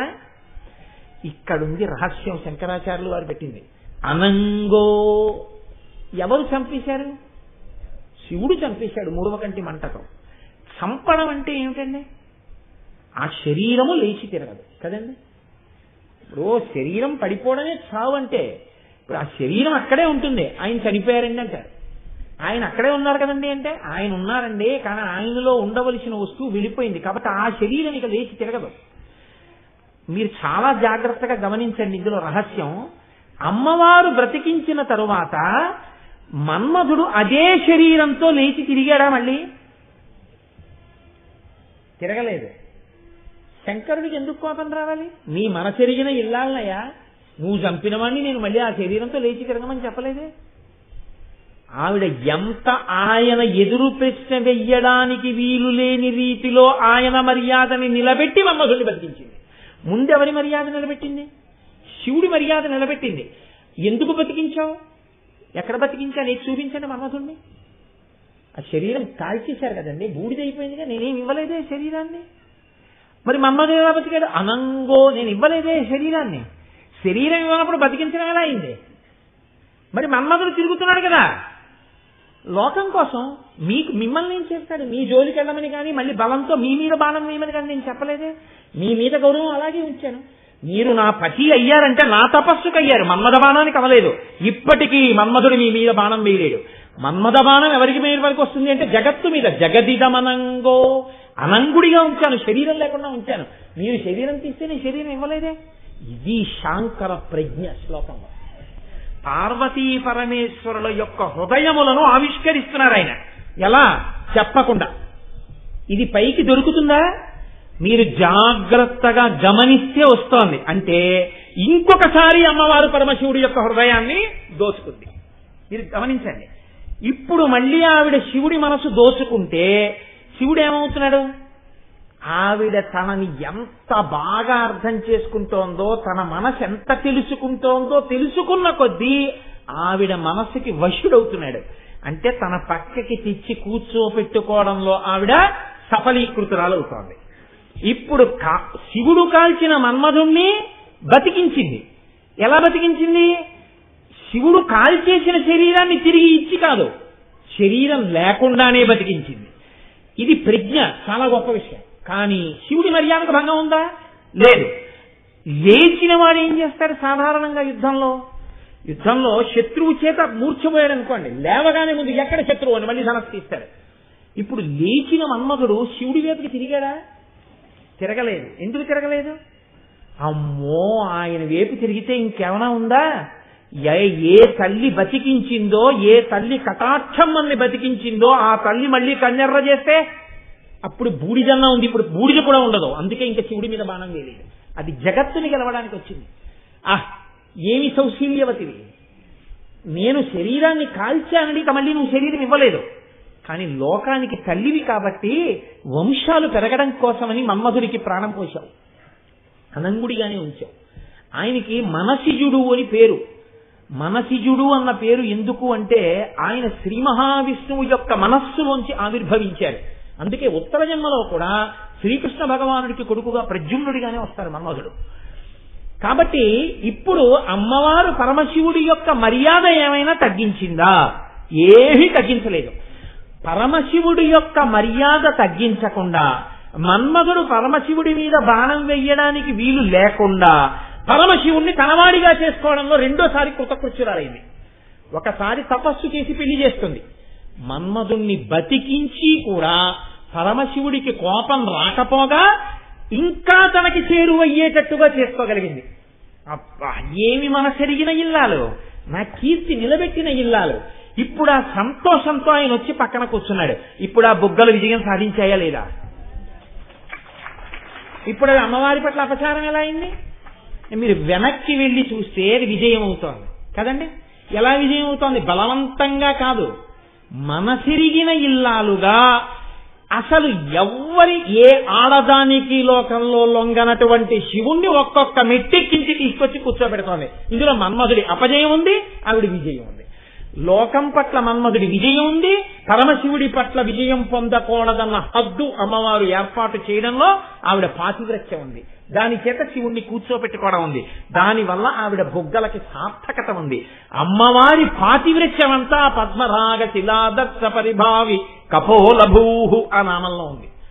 ఇప్పుడు నేను మీతో అంటాను, పరమశివుడు అమ్మవారి ముఖం వంక చూడడంలో ప్రీతిపాత్రుడై ఉన్నాడు అంటే, అమ్మవారి ముఖం దగ్గరికి వచ్చి కూర్చున్నాడు, అమ్మవారి బుగ్గల్లోకి చూస్తున్నాడు అంటే, ఆయన అమ్మవారిని చూసి సంతోషిస్తున్నాడు అంటే, అమ్మవారు అన్నప్పుడు ఆడదైతే ఆడది ఆయనకి భార్య అయితే భార్య వంక చూస్తున్నాడు అంటే, పరమశివుడు ఆ మన్మధుడికి లొంగాడో లొంగలేదో తెలియదు కానీ అమ్మవారి విషయంలో మన్మథ ప్రజ్ఞకే లొంగినట్టు అయిందా లేదా? మరి దీన్ని ఎలా మీరు దాన్ని సమర్థిస్తారు? ఇప్పుడు బాణం పడలేదని ఆ 5 బాణములకు లొంగకుండా అమ్మవారి వంక ఎలా చూశాడు? ఎలా వచ్చి కూర్చున్నాడు నా భార్యని? నా భార్య అన్న మాట అనగానే అమ్మో ఎంత ప్రేమ కలిగిందో అనగానే ఆ స్థాయి నుంచి ఒక్కసారి కిందకొచ్చి మావిడన్న మాట అన్నాడా లేదా? అలా అనగాని లొంగాడా లేదా? లొంగడం అన్న మాట వచ్చేటప్పటికి అది మన్మథ సంబంధమా కాదా? మరి అప్పుడు మన్మధుడి విజయం అయిపోయినట్టుగా శివుడు గ్రహించలేనంతటి వాడా? ఈశాన సర్వ విద్యానాం ఈశ్వర సర్వభూతానాం బ్రహ్మాధిపతి బ్రహ్మణోధిపతి బ్రహ్మా శివోమే అస్తు సదా శివోం కదా. ఈ పాటి విషయం శివుడు గ్రహించుకోలేక బుట్టలో పడిపోతే బుట్టలో పెట్టడం అమ్మవారి యొక్క గడుసుతనం అయిపోతుంది కానీ సౌశీల్యం అవుతుందా? అప్పుడు మళ్ళీ అలా పరిశీలించండి. ఎన్ని మిలికలండి ఒక్క నామం అంటే. ఒక్క నామం వసిన్యాది దేవతలు చెప్పారంటే ఎన్ని మలుపులు తిరిగిపోతుందో. ఇప్పుడు నిజంగా మీరు లలితా సహస్రం చదువుతున్నారనుకోండి, పద్మరాగ శిలాదర్శ పరిభావి కపోలభూ చాలంటాను నేను. పూజకి చాలు, నాకైతే చాలు, ఏ నామం అక్కర్లేదు. ఈ ఒక్క నామం చదివి కళ్ళు మూసుకుని పీట మీద అలా కూర్చుంటే ఎంత ఆనందమో, ఒళ్ళు పులకలు వచ్చేసి అమ్మా ఏమి సౌశీల్యవతివమ్మా, ఏమి గొప్పతనమమ్మా అని పొంగులు వారిపోతుంది మనస్సు. ఒక 45 నిమిషాలు గంట అలా కూర్చున్నాక వెనక నుంచి నైవేద్యం పట్టుకొచ్చి ఏంటి ఇంకా అవలేదు, పూలు అలాగే ఉన్నాయి అన్న తర్వాత అవుతుంది లేవాయి, పూలు వేయడం పెద్ద విశేషమా, ఉమామహేశ్వరాత్మనమస్తు ఇలా జల్లేస్తే అయిపోయింది. వర్ణములా సువర్ణములు, పాదములా కలహంసములు, శృతుల్ కనరసాయనమ్ములు, శుకమ్ముల పల్కుల పల్కులమ్మ, ఆకర్ణ విశాల నేత్రములు, కంజదలాయతముల్, సుధార్ణవో దీర్ఘ తరంగ మాలికల తేలిన వెన్నలు నీ ప్రసన్న తల్లంటారు పేరాల భరతశర్మ గారు. అలా ఆ తల్లిది ఇక్కడ వరకు ఉండేటటువంటి ఆకర్ణాంత విశాల నేత్రము. ఈ కన్నులు ఇలా వెడుతూ నాకు కనపడ్డాయి. వెడుతున్నప్పుడు ఈ కన్ను ఇక్కడ వరకు వెడుతోంది గుడ్డంటే కను రెప్ప కూడా ఇక్కడి నుంచి ఇక్కడ వరకు ఇలా ఉండాలి కదా. ఇలా ఉంటే దాని ఆ కను రెప్పకి చివర ఉండేటటువంటి వెంట్రుకలు కూడా ఇలా ఇక్కడి నుంచి ఇక్కడికి ఉండాలి కదా. అమ్మా శివుడు ఎందుకు వచ్చి కూర్చున్నాడో నాకు అర్థమైంది అన్నారు. అది మన్మధుడి ప్రజ్ఞ కాదు. మన్మధుడు 5 బాణములే ఆయనకున్నాయి. ఆ 5 బాణములో ఏ బాణము వేసి శివుణ్ణి తీసుకొచ్చి అమ్మవారి పక్కన కూర్చోపెట్టలేడు. అమ్మవారి మీద అలా ప్రేమ ఏర్పడేటట్టుగా శివుణ్ణి చెయ్యడానికి 6వ బాణం ఒకటి తెచ్చుకోవలసి వచ్చింది మన్మధుడు. ఆ 6వ బాణం ఎక్కడితో తెలుసా? అది లోకంలో ఇంకెవ్వరి మీద వేయదు, ఒక్క శివుడి మీద వేయడానికి మాత్రమే పనికొచ్చే బాణం. ప్రతి బాణానికి గరుడ పక్షి యొక్క ఈకలు కడతారు. అమ్మా నువ్వు అత్యంత ప్రేమతో నీ భర్త వంక చూసినప్పుడు నీ నిజాయితీ అంతా నీ కళ్ళల్లో కనపడితే ఆ కళ్ళ సౌందర్యానికి శంకరుడు వశుడయ్యాడు. ఈ సౌందర్యమే నీ కనురెప్పకి ఉన్నటువంటి వెంట్రుకలే. ఆ కనురెప్పకి ఉన్న వెంట్రుకలను మాత్రమే తన బాణములకు ఈకలుగా కట్టుకుని నీ చూపు అనేటటువంటి బాణాన్ని మన్మధుడు శివుడి మీద వేసినట్టు లెక్క. అంటే మన్మధుడి యొక్క 5 బాణములకు శివుడు వశుడు కాలేదు. ఇది 6వ బాణం. ఈ 6వ బాణం సృష్టిలో మన్మధుడికి లేదు. నువ్వే ఇచ్చావు. ఎలా ఇచ్చావు? పరమశివుణ్ణి మోసం చేసి కాదు. మోసం చేస్తే కళ్ళల్లో తెలుస్తుంది. సర్వజ్ఞుడైన శంకరుడు నీ కళ్ళల్లోకి చూసినప్పుడు మోసం చేస్తే కనిపెట్టలేని వాడు కాడు. నువ్వు ఎంత సౌశీల్యవతివో, ఎంత ప్రియమైన దానివో, ఎంతగా భర్తని అనువర్తించేదానివో నీ కన్నులలోకి చూస్తే శంకరుడికి తెలిసిపోయింది. అంత ప్రీతి కలిగిన దానివి, ఎప్పుడు ఆయన మర్యాద నిలబెట్టాలనేటటువంటి గౌరవం ఉన్నదానివి. అంతటి స్వచ్ఛమైన నీ కన్నుల యొక్క చూపుల బాణమునకు, అంటే నీ పాతివ్రత్యమన్న బాణమునకు ఆ కను వెంట్రుకలు గద్ద ఈకలైతే ఈ బాణానికి శివుడు వశుడయ్యాడు. అంటే ఇది మన్మథ బాణము, 6వ బాణము. అందరిలా పురుషుల మీద పడే బాణం కాదు, అందరిలా స్త్రీల మీద పడే బాణం కాదు. అమ్మవారి కన్నులలో ఉన్నటువంటి పాతివ్రత్య స్వచ్ఛత, సౌశీల్యత మాత్రమే పరమశివుణ్ణి పక్కన కూర్చోపెట్టింది. ఇంకొక మాట, 3వ మారు పరమశివుణ్ణి పక్కన కూర్చోపెట్టడానికి ఏది కారణమైంది? అమ్మవారి యొక్క పాతివ్రత్యమే, అమ్మవారి సౌశీల్యమే. ఇప్పుడు ఎవరిది గెలుపు?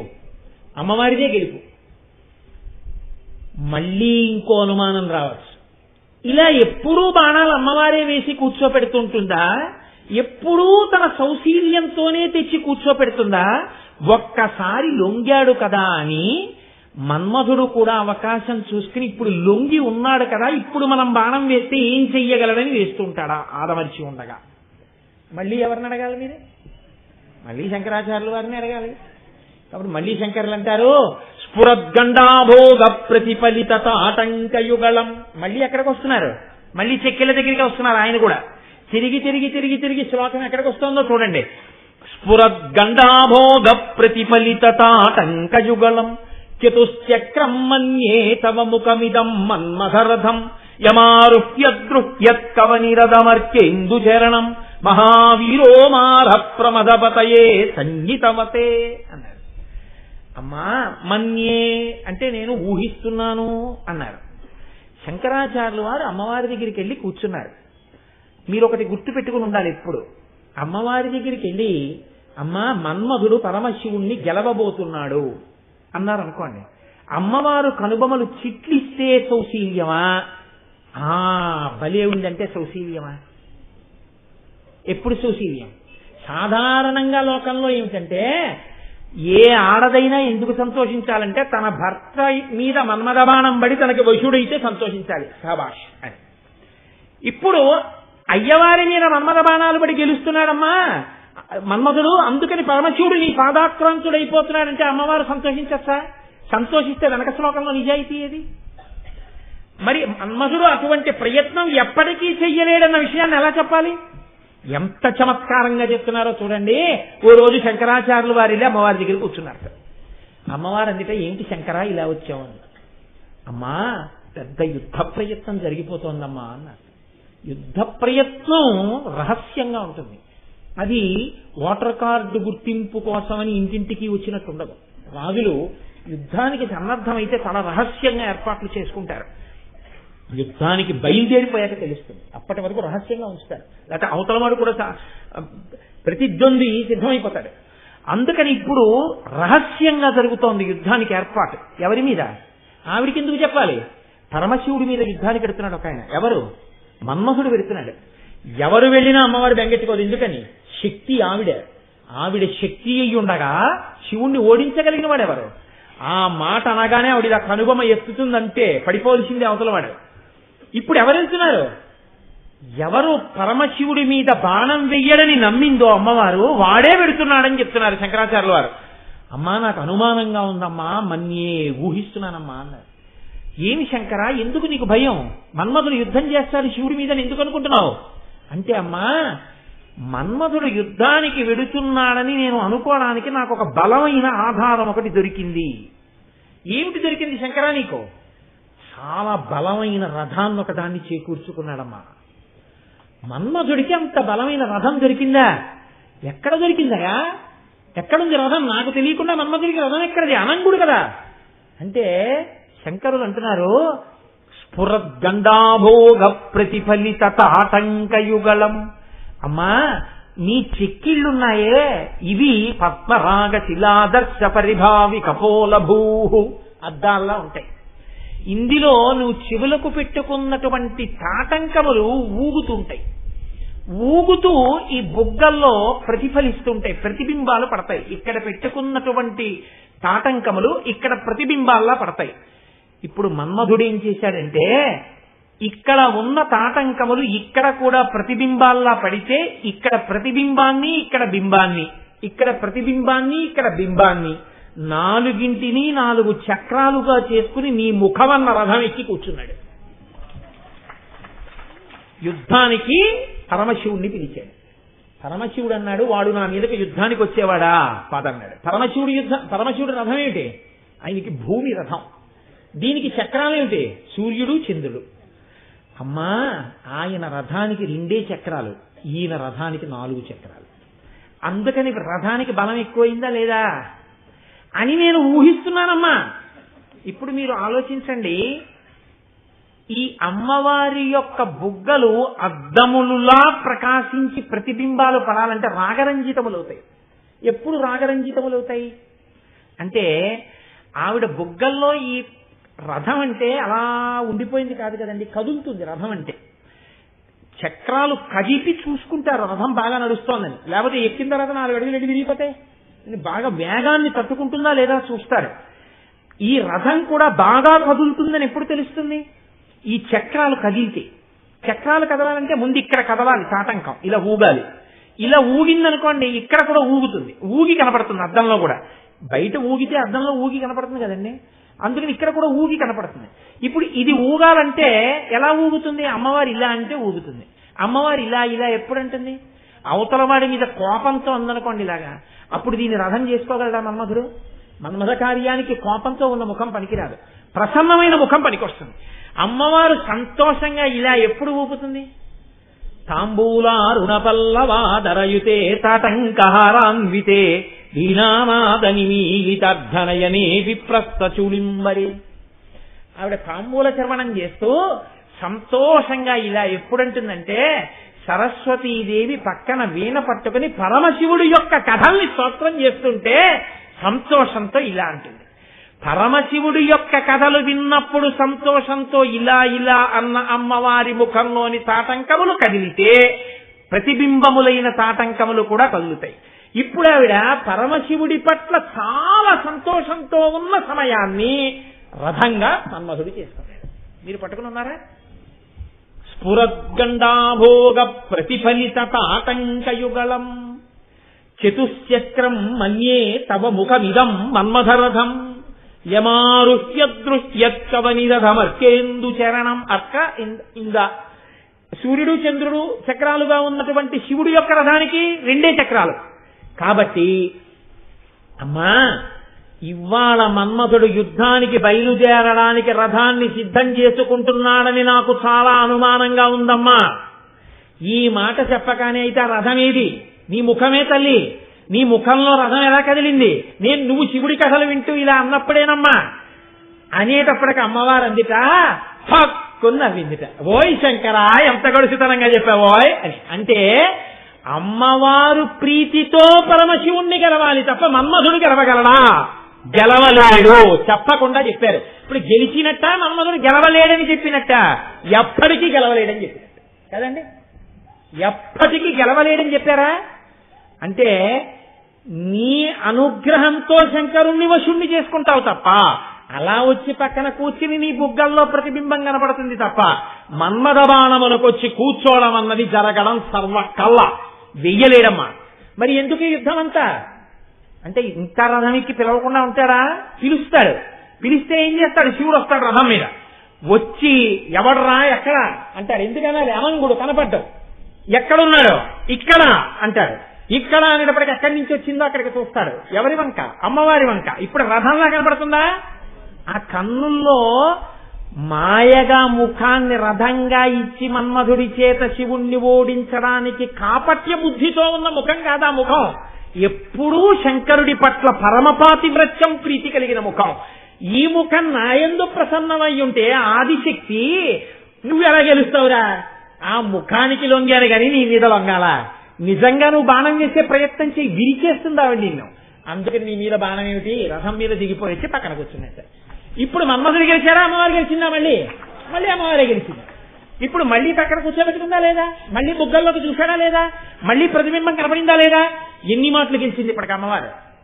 ఎన్ని మాటలు అమ్మవారి సౌశీల్య ప్రకటనంతో వశం చేసుకుంటోంది శివుణ్ణి, ఎన్ని మాటలు తెచ్చి పక్కన కూర్చోబెట్టుకుని విజయం సాధిస్తోంది. ఈ విజయం సాధించినప్పుడల్లా ఆ బుగ్గల విజయం. కాబట్టి అమ్మస్ఫురద్గండాభోగ ప్రతిఫలిత తాటంకయుగళం చతుశ్చక్రం మన్యే తవ ముఖమిదం మన్మదరథం యమారుహ్యద్రుహ్యత్కవనిరథమర్కేందుచరణం మహావీరోమార ప్రమథపతయే సంహితవతే. కాబట్టి తల్లి, మన్మధుడు ఎన్నటికీ పరమశివుడి జోలికి వెళ్ళలేడు, గెలవలేడు. ఇప్పుడు మళ్ళీ ఓ అనుమానం వస్తుంది. ఏమంటే శరీరం అంటే లేకపోవచ్చు కానీ ఆ జీవుడు మన్మధుడా కాదా? జీవుడు మన్మధుడే అయినప్పుడు ఆయనకి శరీరం ఉన్నా లేకపోయినా బతికాడా, బతకలేదా? బతికాడు. బతికిన తర్వాత కోరికంటూ ఉంటే ఏముంటుంది, బాణపు ములుకు తొలిచినట్టు తొలుస్తూ ఉంటుంది. ఏది కాల్చేశాడు రా రోజున బాణం వేస్తే, ఇంతమందిని పడగొడుతున్నాను, ఆయన మీద వెళ్ళిపోయాడు. ఇప్పటికీ వేయలేను ఆయన మీద బాణం. నా జన్మకి సార్థకత జగదిదమనంగో విజయితే కాదురా, ఈయన మీద బాణం వేయగలనా? వేయలేడు.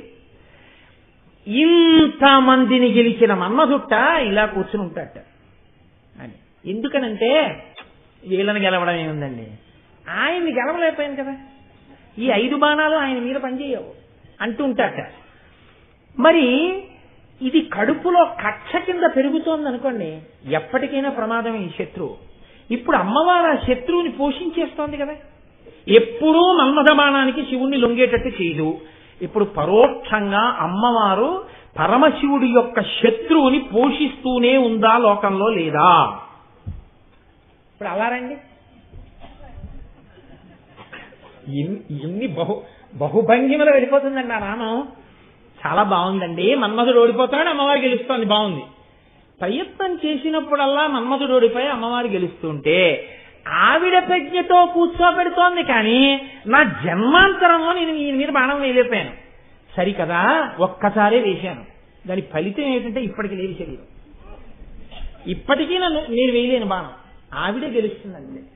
ఆయన్ని గెలిచానన్న కీర్తి నాకు వస్తుందా రాదా? ఇది ఉంటుందా ఉండదండి? శత్రువు అన్నవాడికి ఉండి తీరుతుంది. ఇప్పుడు ఆవిడ ఏం చేస్తోంది, వాడి మీద వెయ్యి, వీడి మీద వెయ్యి, వీడి మీద వెయ్యి, జగదిదమనంగో విజయతే, జగత్తునంతటినీ గెలిపిస్తోంది. శక్తి ఆవిడే, వెనక ఉన్న శక్తి ఆవిడే. కానీ ఎప్పటికీ శివుడి మీద బాణం మాత్రం వేయనివ్వదు. వెయ్యినివ్వలేదు కదా అని చెప్పి శివుడు ఎక్కడో కూర్చుని ఆవిడ పక్కన కూర్చోవట్లేదని ఈవిడ కళ్ళొచ్చుకుంటుంటే, పోనీ అమ్మా ఎందుకులేమ్మా ఏం చేస్తారు, ఎలాగో కాలిపోయాను ఇంకో బాణం వేసేస్తాను అనొచ్చు. ఈయన అవసరం లేకుండా ఆయన తెచ్చి పక్కన కూర్చోబెట్టుకుంటాం, ఇది ఈయన బాధ.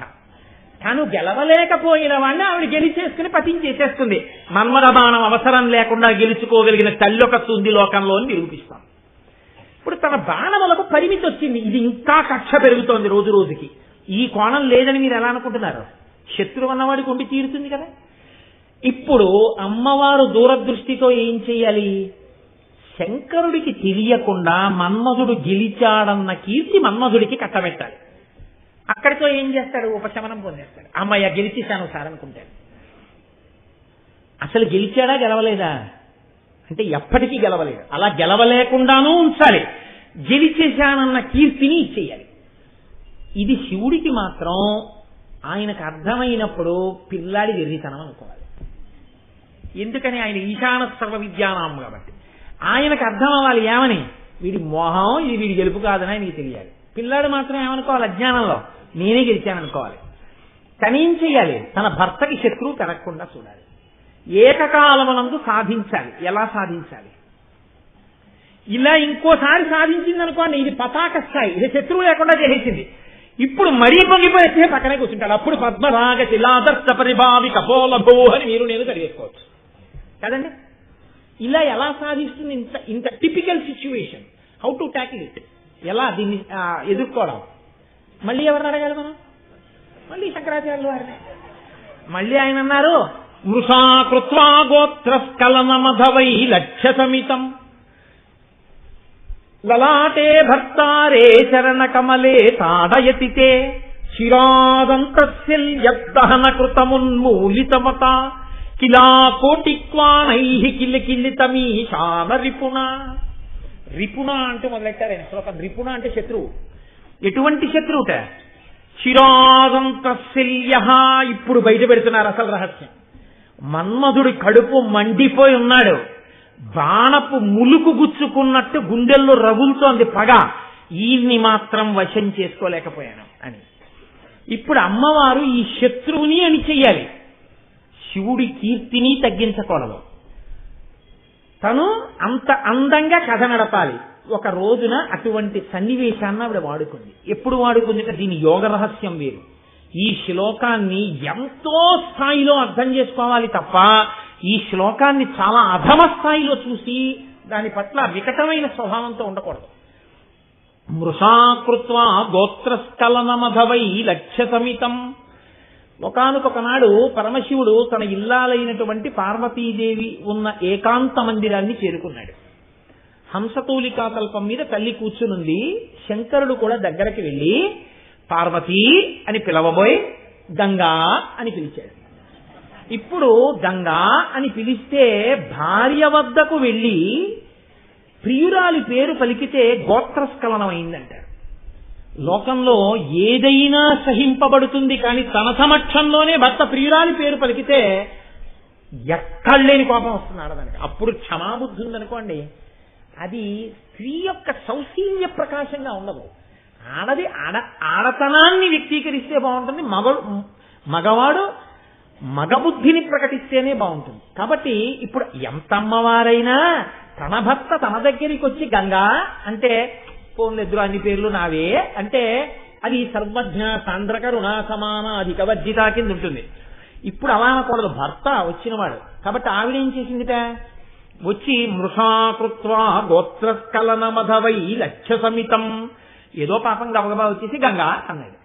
అన్న తర్వాత గబుక్కుని గుర్తొచ్చిన, అయ్యి బాబోయ్ ఇక్కడికి వచ్చి గంగా అన్నాను రా, కొంపలడిపోయి.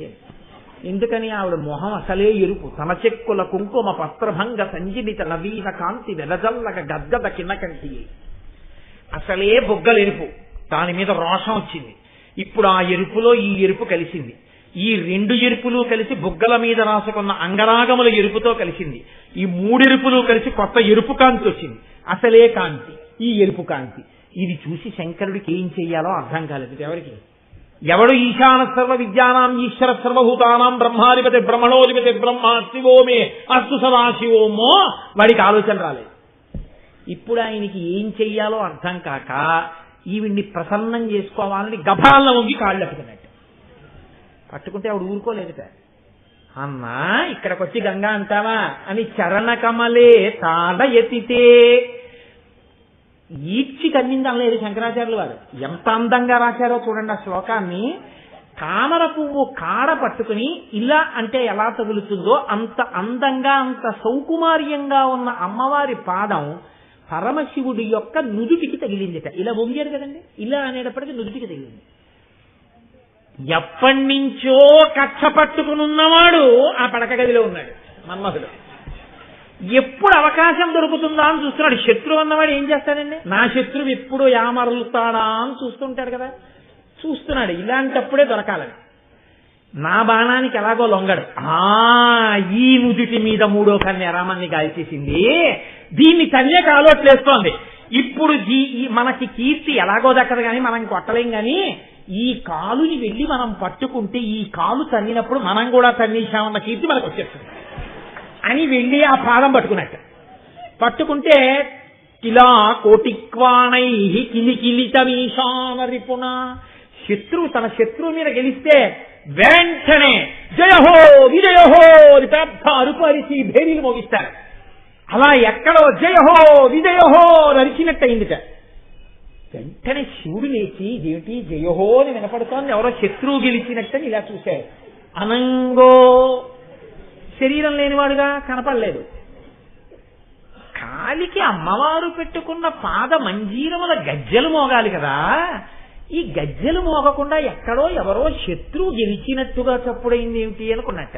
ఈలోగా అమ్మవారు గభాలన ఆయన 2 చేతులు పట్టుకుని అమ్మో కాలు తగిలిందా అంది. అసలు విషయం మరిచిపోయాడు, పక్కన వచ్చి కూర్చున్నాడు.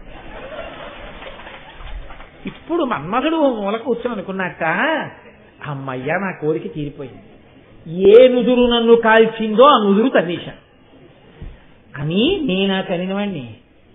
ఆ తల్లి కాలు తన్నింది, ఆ కాలు పట్టుకున్నాను అంటే ఇప్పుడు నాకేమర్థం అవుతోందంటే, జీవితంలో ఏ కోరికైనా తీరవలసి వస్తే మన ప్రయత్నం వల్ల తీరదు, ఆదిపరాశక్తి పాదాలు పట్టుకున్నానన్న భక్తి మనకుంటే అది ఎంత తీరని కోరికైనా తీరుతుంది. అయ్యో నా తల్లి జగదంబ కదా అనుగ్రహించి నాకు ఇది ఇచ్చింది.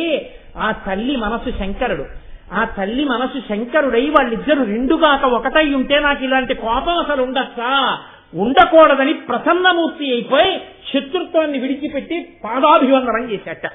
ఆయన శత్రుత్వాన్ని తీసి భక్తిని ఇచ్చేసింది, అహంకారం తీసేసింది.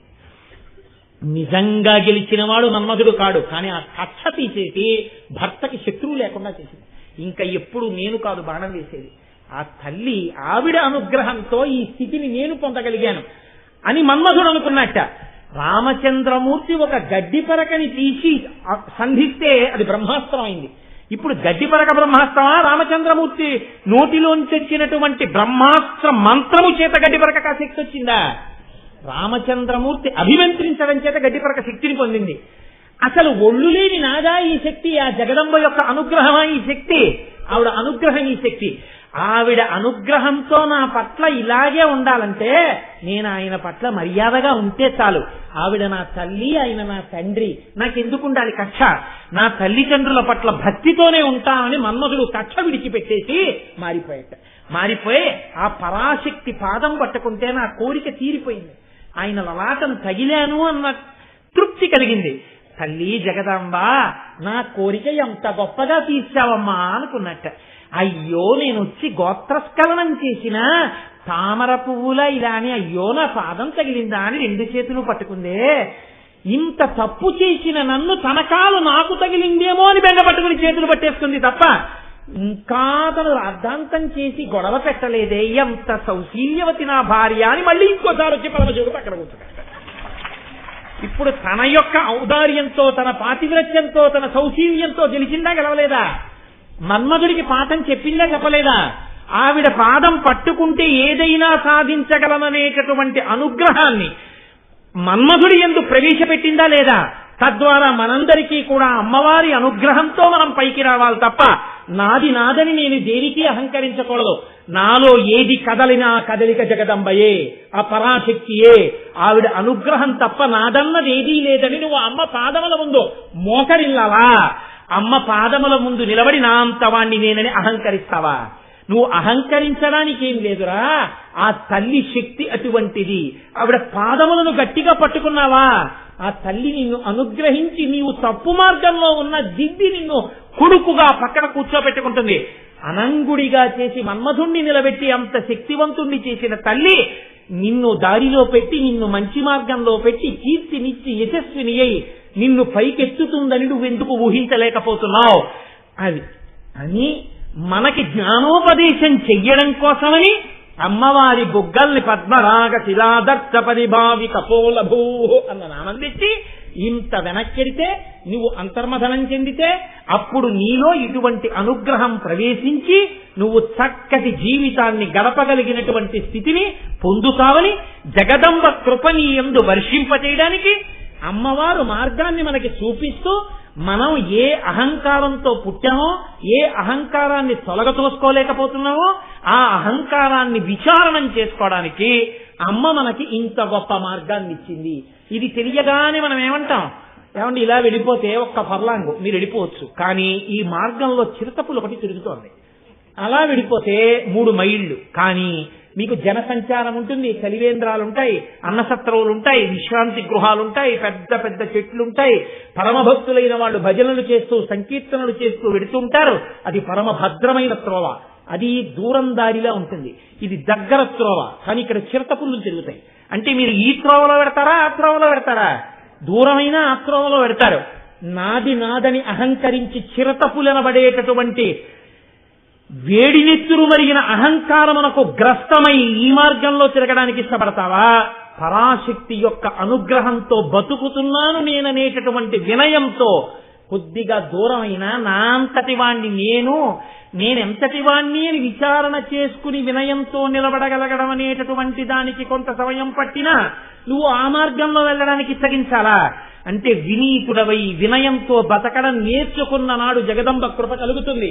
అప్పుడప్పుడు అహంకారం వచ్చినా ఈ నామాన్ని గుర్తు తెచ్చుకున్నప్పుడు మళ్లీ మళ్లీ నిన్ను నువ్వు పరిశీలన చేస్తూనే వినయముతో నిలబడగలిగినటువంటి జగదంబ యొక్క అనుగ్రహ శక్తి నీ యందు ప్రసరించి నీ మార్గము నీ జీవితము చక్కదిద్దబడుగాక, నీ యందు పార్వతీ పరమేశ్వర అనుగ్రహము పుష్కళమగుగాక అని ఆశీపూర్వకంగా చెప్పినటువంటి మాటలు మారితే అమ్మవారి పాతివ్రత్యము ప్రకాశిస్తే, అమ్మవారి పాతివ్రత్యం గురించి పొంగిపోతే మనసులో దానికి పరమశివుడు ప్రసన్నుడైతే ఆ పార్వతీ పరమేశ్వరుల పాద ద్వంద్వము ఇక్కడ తగిలితే దానివల్ల ఈ శకటము పునీతమైతే మళ్లీ జన్మ పొందవలసిన అవసరం లేనటువంటి పునరావృత్తి రహిత శాశ్వత శివ సాయుధ్య స్థితిని ఇయ్యగలిగినటువంటి జ్ఞానము దగ్గర నుంచి భక్తి వరకు వినయం వరకు పథాన్నంతటినీ శుభ్రం చేసి సిద్ధం చెయ్యగలిగిన పరమ శక్తివంతమైన నామము ఆ నామము.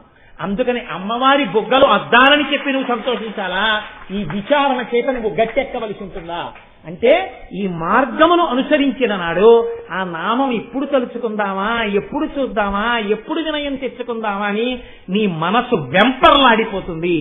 ఇది కటాక్షించడం పద్మరాగ శిలాదర్శ పరిభావి కపోలభూ నవ విద్రుమ బింబ శ్రీన్యక్కారి రదనచ్చదా. కానీ ఇవాళ నేను ఇంకా నామాన్ని ముట్టుకోను, ఎందుకంటే ఇప్పుడే 8:20 అయిపోయింది. ఇప్పుడు నేను అమ్మవారి యొక్క ఆ పెదవుల గురించి మాట్లాడడం మొదలు పెట్టాను అనుకోండి, మళ్ళీ ఆ తృప్తి లేని ఉపన్యాసాలు చేయడం నాకు ఇష్టం ఉండదు. ఇవాళ 2 నామాలు చెప్పేశానా, 3 నామాలు చెప్పేశానా? వాట్ ఈస్ ఏకశబ్ద సమ్యజ్ఞాత సృష్ట ప్రయుక్త స్వర్గే లోకే కామదుర్భవతి. ఆ నామాన్ని కనివి తీర అనుభవించగలిగితే సంతోషం తప్ప దేని కొరకు 2 నామాలు 3 నామాలు చెప్పేశానని. కాబట్టి రేపటి రోజున మనం అనుభవిద్దాం. 10 నిమిషాలే సమయం ఉంది కాబట్టి చక్కగా అమ్మవారి దర్శనం చేసుకునేటటువంటి వాళ్ళకి ఆ అనుగ్రహం కోసం ఆ సమయాన్ని విడిచిపెట్టడం అయింది.